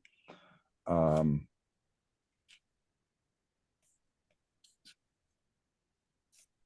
it's wonderful to record stuff when you're not sure what the right answer is. You know, but that's okay. You know what? I am not ashamed to admit that I'm not really quite sure. So, but we can kind of backtrace this a little bit. So when I hit show answer, it should really call. What should it be calling if I well, it should call update UI. Update UI comes down here, checks to see if it's a flashcard or quiz. So we haven't set the state for these yet. That's what's going on. And I think that's what they're trying to get us to figure out here. And okay, so it says build and run your app, even though you expect to see feedback when you enter an answer and tap return, the answer label still displays the name of the element. What's wrong? Okay, so we're doing the right thing, basically is what it's telling us. To find out, set a breakpoint where you expect to see your answer label change on the first line of update quiz UI. So in other words, they want us to set a breakpoint here, right? And click the line number, left side of the editor area, position your text insertion point, and then select debug breakpoints, create a breakpoint at the current line, or it's command backslash, it seems. All right. Now, if you guys have never done a breakpoint before, kind of the best way that I can really kind of explain a breakpoint is it'll run the code and then the engine will stop when you hit this spot so you can see what it's doing and see if it's basically communicating well with the rest of the app. Now, it says stop your app from running, build and run. Okay, here comes the build again. And then we'll type in, you know, some sort of nonsense. I'm going to press enter and it's showing carbon and it's just not doing it, you know. Now, the point here is this is what you're trying to get you to. Says, you'll notice after you enter an answer that Xcode doesn't stop at the break point, which means it's never being called. This function is never being reached, right? And there's only one place that calls it, and that's the update UI, and it relies on the mode being set to quiz. And as it turns out, you haven't changed the mode of your app. We haven't done that yet. Okay, so they're just telling us the obvious. So before you learn how to switch modes, you want to verify that your code is properly handling quiz results. For debugging purposes, you can add print statements. So in other words, you can just write a print statement, drop it in there and try it and see if it's correctly returning results. So here's what I'm going to suggest, right? You can remove that breakpoint if you want. And then this isn't doing anything here, but we're looking for the spot where we say answer if answer is correct, right? Look, and you know what? I feel really reluctant to kind of do this.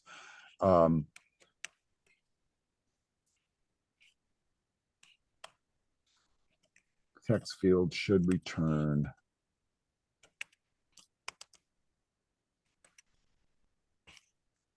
I'm just going to take it on faith that it's actually working because I'm not understanding what their instructions are here. So I'm at the bottom of page 650 in the teacher manual. And it literally says, before you learn how to switch modes, you'll want to verify that your code is properly tabulating quiz results.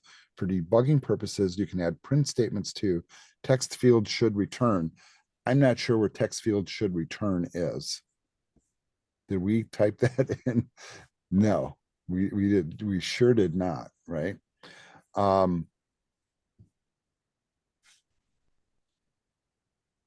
Yeah, and really they wanted us to like kind of I'm gonna leave it alone is kind of my practical mode on this. Let's just go straight ahead into figuring out how to switch modes here, and then we can troubleshoot it if it's not working later. So what we're going to do at this point is we are going to add a new IB action here. So we're going to go up to the actions area. And so far we have one that reacts to show answer and next, but now we need to add another one that's going to handle basically the segmented selector up here at the top. So you see I'm kind of scrolling my code because I plan to drop it like right around here. All right. So I'm going to take that segmented control. I'm going to control drag to the IB actions area, make sure it's an action. This is going to be called switch modes. We're going value change, sender any, all that stuff is good. Like so. And then we're going to write a little if statement inside here.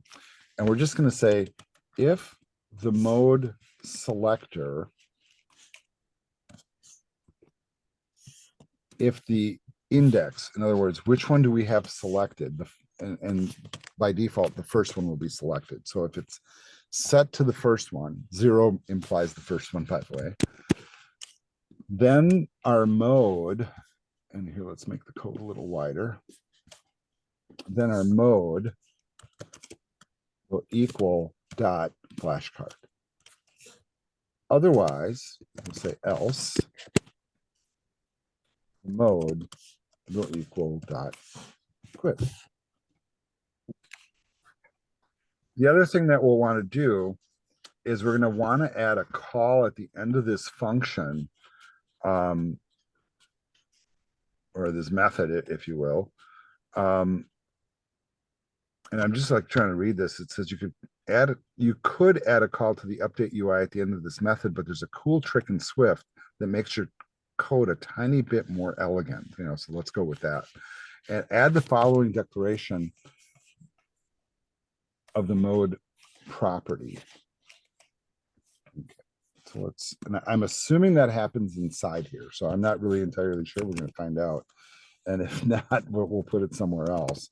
So we'll say if mode colon mode pulls from our enum, is equal to flashcard and curlies. We're going to use this thing called did set.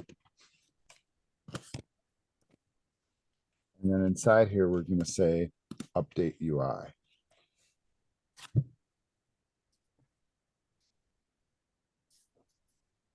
Now I'm getting a little bit of an error here.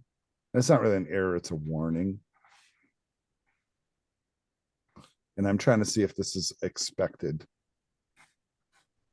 And, interestingly, I'm looking at, I might have to look at a solved version of this, to make sure that I'm putting it in the right spot. Are you guys getting the same warning? I am Yeah. getting the same warning, yeah. Okay. Bummer. Here's what I suggest that we do. Can we do a 5-minute break? I'll make Yeah. sure that we're putting this in the right spot. So when I come That's back and fine. hit record again, I don't seem like a fool. So 5-minute break, we'll come back and take a look. All right. All right, sounds good. All right, Pause the okay. recording right now. So we're back from our little break, and I did a little bit of investigating, basically looking ahead at the answer. And because this is actually really, it's a property is really what it is. It should not be here in the function. So be really careful. And you see, I'm not being careful. I'm going to select all of that, right, with the curly brackets. There's 2 sets of them there. I'm going to cut it, and that really should come down here with the instance properties. My inclination, and I'm just going to double check my solution code here, is that it does actually need to be, and you can see I'm like being really careful about this. It does need to be with the instance properties, and it is going to replace the current mode indicator that we have. So in other words, we're going to take this one and replace it with the code we just created. So it becomes this.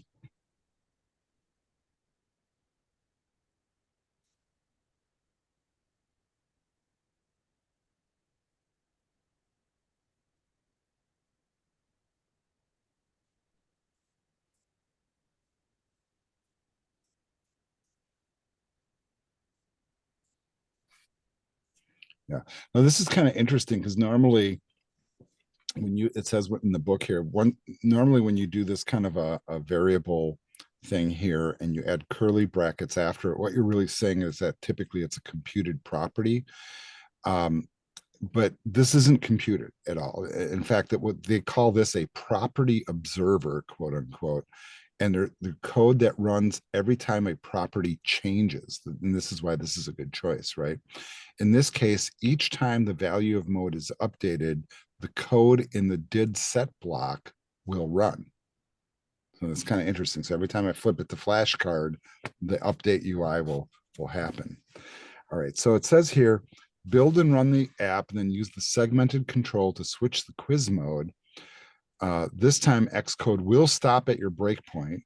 I have actually removed mine, and now I forget where the thing goes, but yeah, I don't even remember where did that breakpoint go? It goes on update quiz UI is where it goes, right? So let's go to update quiz UI, and the breakpoint was here. So I'm just going to drop that in. Now I'm going to run it. Let's see if it actually stops there like they're saying. So there's the build. I'm going to click in the box and type in a wrong answer. And we want to be in quiz mode. So let's switch over to quiz mode. And there it is hitting the breakpoint. So that means it is going to access that code, right? Now we're going to disable the breakpoint. You can disable it. I'm going to actually delete it, honestly. And then you can go up to the debug menu and hit continue, but I'm actually going to just hit stop and run it again. Let's go ahead, switch to quiz mode. Now I'm going to type in the, and I'm going to say gold and hit, and then you see the red X, right? If I type in carbon, well, I guess I maybe have to go to the next element here. Let's go to next. Oh, now my control's not working. So, okay, so now we fixed one problem, created a different one. You guys catching like what's going on? Mhm. If I was in flashcard mode, I think I can go to the next element, right? If I go to quiz, where I'm typing it in, and now I hit show answer, now that's wrong again. But if I type gold, well, I don't know. Let's go to let's go to the next element and see. So there's clearly some issues with this. And Na is what, sodium? I just want to see that it gets the right answer. Okay, so it shows sodium if it's right. So it's kind of working, right? All right. So now we know for sure as it's running that it is calling that method, and that's pretty important. You know, and it's questioning here, do you see the little change in behavior? And obviously we did. Yeah, and it says that the image no longer updates in quiz mode. This shouldn't surprise you since the image update code is in update flashcard UI. So now we apparently have to fix that. All right, so now we're going to do a little bit more refactoring. Stop it from running if you are running it. And the goal here is basically to set the code to set the image is identical in both quiz mode and flashcard mode. So why not copy it and then paste it into Quiz UI? But now you've learned that whenever it's possible, it's better to avoid repeating code. A better solution is to lift the code from the update flashcard UI up to the method that calls it. And that way the image will be updated before any mode specific UI code runs. So it says cut these lines of code and paste them at the top of the update UI. So we're going to go to the update flashcard UI. We're going to grab these 3 lines and we are going to cut. Cut.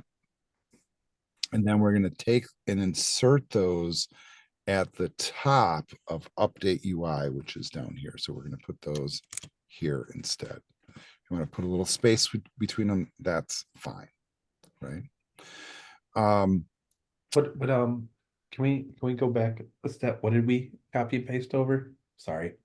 Yeah, well, okay, I'm going to control so you want to go back to that property, Jonathan, or do you want to go back? Yeah, yeah. What are we copy and pasting over? Well, we did, we moved, let me see if I can find it here. We moved or replaced this here in the instance properties. Yep, I got that. That part you got. Mhm. Right. Then we took these 3 lines, which were up here. See So where that's my mouse under is? update flashcard Right. UI. And we just cut them out of there and moved them to update UI. Now it is saying, now you'll see a compiler error since you removed element name from the update. That's an easy fix by adding it as a parameter. So we're going to send it in basically to each one of the functions. So what we're going to do here is inside the parentheses for both of these, we're going to add element. You got to spell it right though, elements. I'm a little concerned that it's not auto typing here, but I'm gonna trust it. Element name, trusting that it's gonna find it, and that's gonna be a string. That same parameter is going to be added to the update quiz UI. That'll paste here. Should take care of any compiler errors. I got 2 errors. All right. Hang tight with those because we're still in the process of fixing, by the way. That's okay. And then we have to also make sure that where we're calling it down here, these 2 errors, and this is probably the ones you're referring to, Jomar. The reason these are bad, of course, is now those methods are looking for a parameter and we're not passing it, right? So we're going to paste the same exact thing in here. So it's going to be element name, but we're not going to, it's not declaring the data type here. What we're passing in is the actual data of element name. That same exact entry will go in the update quiz UI parameter list too. So those will go in there. So these are the maneuvers. Can you just scroll up and up to the VDL?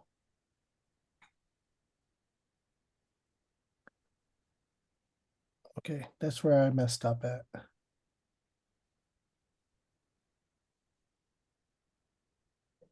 Okay, Okay, hopefully that's helpful. yeah.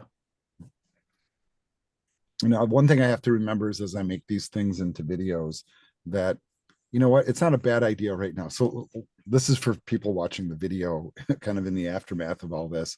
This is what my code looks like right now. So here's the first 40 lines, right?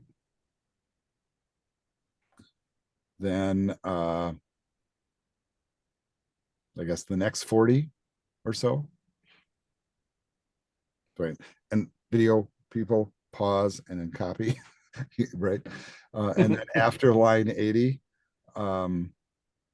the first few instance methods. And really I could condense this down up here, right? That doesn't need to be so spacious. And then finally, the last two methods down here at the bottom.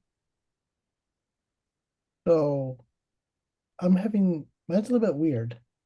I have no red flags, but my code is not matching yours.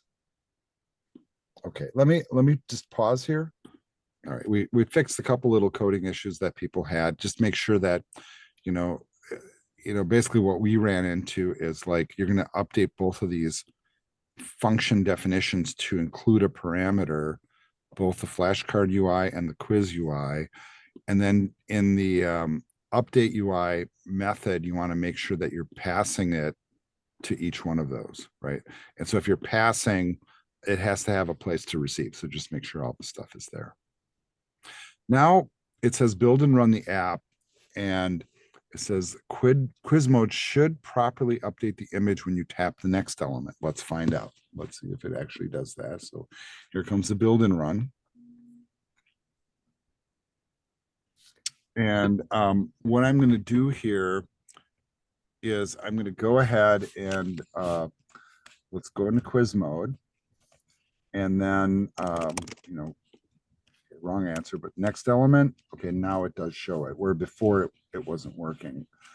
And of course, let's type in the right answer here. Okay, so it's not, it's apparently not liking what I'm doing. So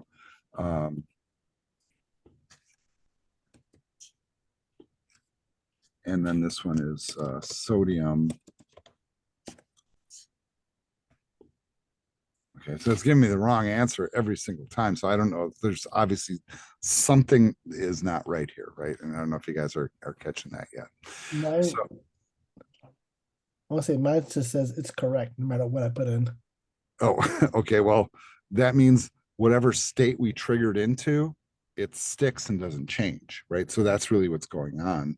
So if yours is always saying correct and mine is always saying wrong, well, that makes a whole lot of sense, right?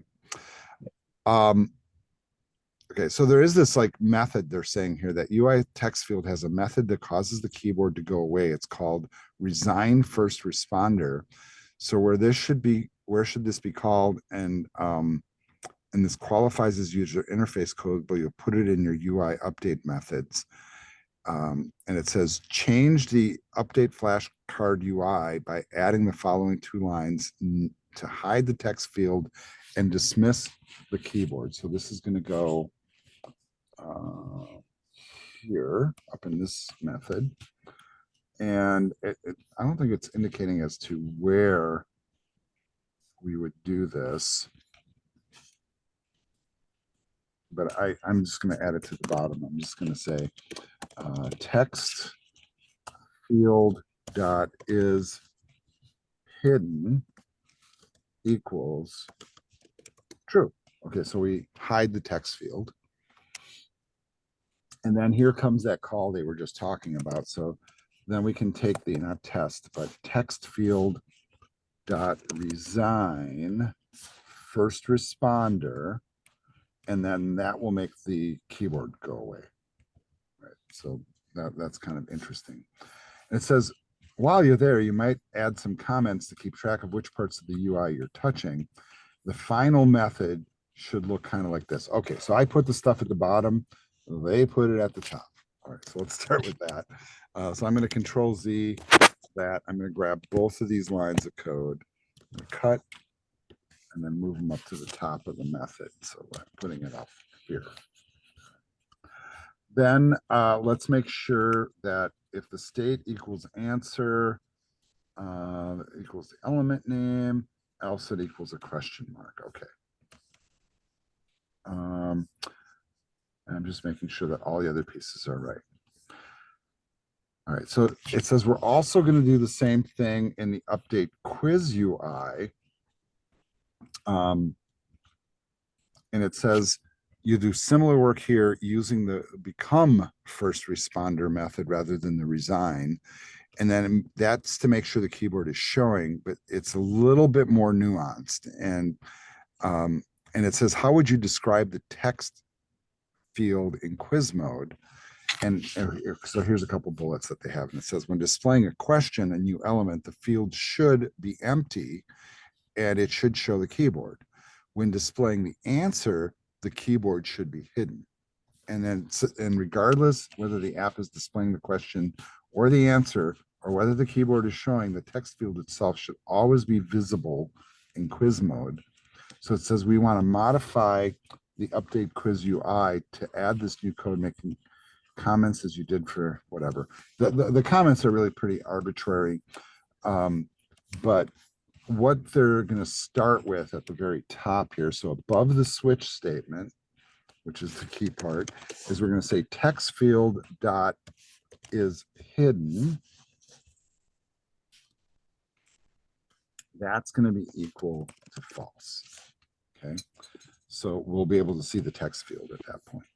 We'll do our case, and in the first case for the question, we're going to make sure that the text field text is blank. And then we're going to change this line, and we're going to say text field dot become first responder, right? So that the keyboard appears. And then under answer, we're going to remove this. And see, I'm really being really careful about how I'm proceeding here. So the switch state. All right, so we are going to change it, but we're not getting rid of this. Is where it gets a little bit weird, because we're not entirely getting rid of the old stuff. So here's what I'm going to do. What we just did, we're going to redo. This part we're going to keep. So we're still going to do is hidden. So I apologize for the fumbling here. That's going to be false. All right. So really what we're doing is we're adding another switch statement here. And okay, so maybe the comments are actually useful. So we're going to say text field and keyboard is how the author puts it. So let's just do that. Right. And then we'll have a new switch statement. So this is separate from the other one. And whatever the state of it is, okay, so the cases that are possible are question. So we'll start with question. And then we're going to put in that code that we were just putting in that we just got rid of, which is text field dot text equals an empty string, and text field dot become first responder. Then with the case of answer, then we are going to pull in the text field dot resign first responder. So if it's an answer, it goes away. If it's a question, it shows up. That's kind of the point. Then this next part really, it's not, notice it's like a repeat, right? But here the point is this addresses the answer label, where the other one addresses the keyboard and the text field. So that's the difference, right? Now, it doesn't take a genius to figure out we're going to be working off the same state, right? So you could, I could see some coding efficiencies here, but whatever, they're separating the user interface components into their own switch statements, and that's fine. That's a way to do things. This code will remain identical. All right, and hopefully you guys are with me on this. Yeah. And okay, so on the next page of the book, so I'm looking at the top of page 658 in the teacher book, and it says you might think it's redundant to do things like hide the text field every time your app state changes. If it's already hidden once in flashcard mode, why hide it again every time UI is called? There's two reasons. So here's the two reasons. It's not harmful to call some UI code like is hidden more than once, even if you're not changing the state of it. So it does no harm, basically. And secondly, and I think this is probably the more important part, is it makes your code simpler to understand. Okay, so I can buy that one more so than the first one. And it says the second point's more important. The update UI is a complete description of your app's interface, so you can focus all of your interface code, the what, in one consolidated place without worrying about exactly where and when you should be doing something.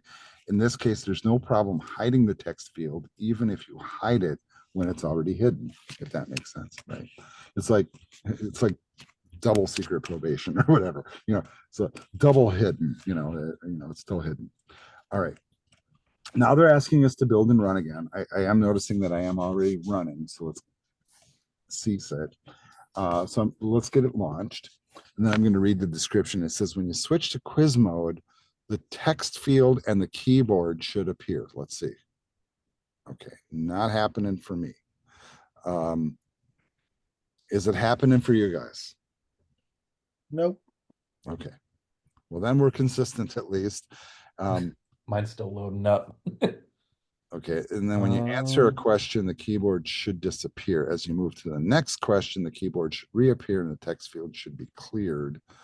All right, so this isn't quite working, so I'm going to stop, right? And, this is a great, scenario really to kind of like put into a video because, at this point, when things aren't working, this is what happens to people when they're actually coding, is why, why is it not? And let's make sure that all the little changes that we made are working correctly. So I'm going to go back to page 654 and kind of review all my steps from there. And that was to remove. So mine is working. Yours is working because you're. So what I did, but it only works if when you first click it, you Command K to bring up the keyboard. And as long as you're clicking the keyboard like input and then hitting return, then it'll show the answer and the keyboard will go down. And then when you hit next element, it will bring up the keyboard again. All right, so I have to hit Command K now. Go to quiz. And then if you click that and then hit Command K. Now type out, not on your keyboard, but like clicking on that, yeah. So, and then if you hit return. Okay, and it does make it go away, right? Yeah, and then if you click next element, it will bring up your keyboard. Okay, all right. So part of it is that we're launching it without the keyboard enabled, right? That's really what's going on. Yeah. Okay. So it is actually working. All right. And Jonathan, thank you for troubleshooting that.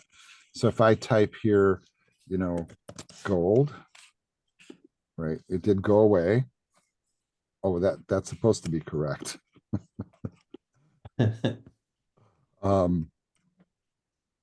Okay, so I don't have my. So I kind of feel like I need to relaunch it. It's kind of weird. So like if you mix in like the keyboard, like the laptop keyboard commands with like clicking keyboard commands, I think it's unsyncing the the two, how do I say, arrays. So while the image is staying the same, it's still incrementing the array to the next element, and now it goes out of sync. So it's going to say everyone is now wrong. That's my suspicion. And you know what? I think you're kind of onto something here because this is like one of those weird things, like when you're like working with touch screens like this, and we're simulating it, right? So like another way to do this, by the way, is you can actually hook up a USB cable to one of your devices, and instead of simulating to the simulator, you can simulate to your device. You know, if you have an Apple device, right, an iPad or a phone, that's a possibility. But I still have kind of the thought here. I still feel like I'm kind of got something incorrect here. So I am double checking my code for accuracy. Mine is working. Jomar, is that you saying that? No, that was me again. Sorry. Well, No, mine's pretty much the same as all yours. It's both of yours, so. okay.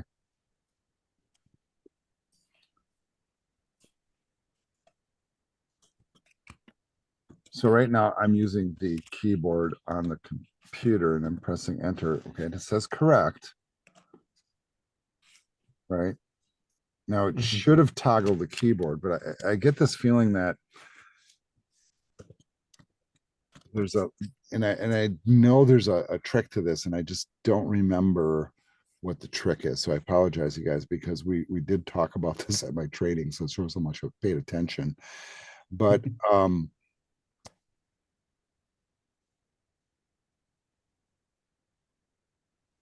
there is a setting here that you're supposed to press before you use the app, like to simulate a touch, like, right, because I'm using my mouse, right, to control this. But I think there's like, okay, and there it is. If you hit the option key, right? So let me try that. Let me go ahead and relaunch this. All right, so let it build. Now I'm pressing option, and now I'm hitting quiz. Okay, the keyboard's still not coming up. Not good, right? But I'll do Control K. Type in the wrong thing. Show the answer. It's incorrect. Next element. Okay, now the keyboard's coming up. I'm going to type gold. Show answer. Okay, now this is telling me it's wrong, but it's correct. All right.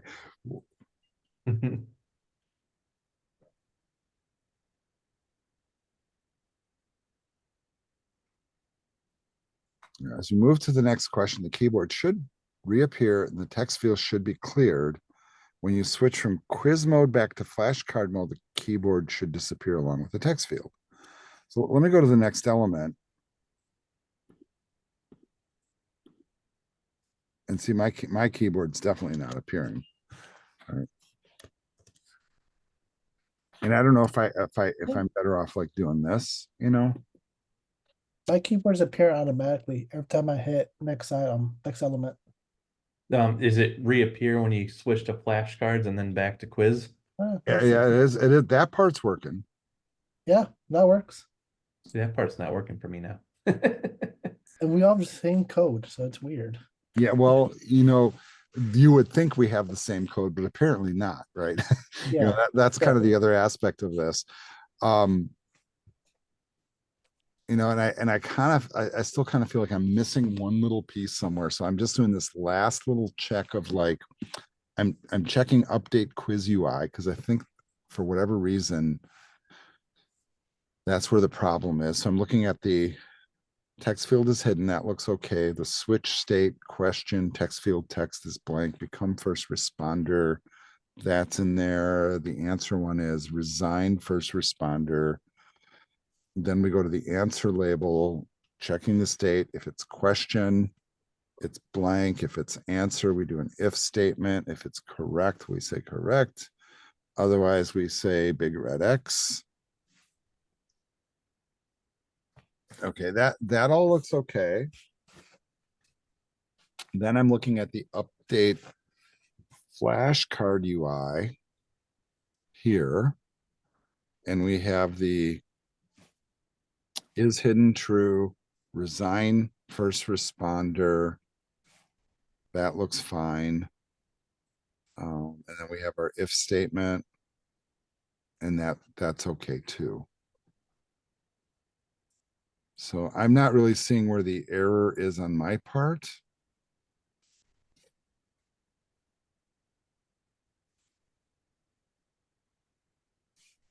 But then I'm kind of looking down here too.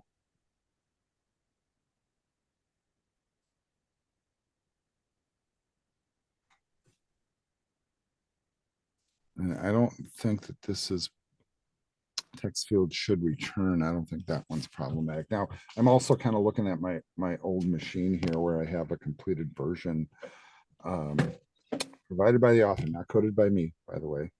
And I can tell you from looking at the code, there is a whole bunch more work to do that we haven't done yet. But I'm looking at the current state of text field should return. And that all looks okay. That code is actually, there's no change from that. But there's a bunch more stuff to add. So I'm kind of, you know, at the point here, and I don't know if you guys are feeling this, that there's a bunch more work to do here. We've made it up through part 6. Mm-hmm. We're having differing results for whatever reason. I'm not really sure why. But I think we're reaching a logical stopping point for the day. And I think that what would make a whole lot of sense is we'll just call this part 1. Okay. And then when we reconvene next week, we'll finish this off and carry it across the finish line. Yeah. So here's what I'm going to do. I'm going to stop the recording.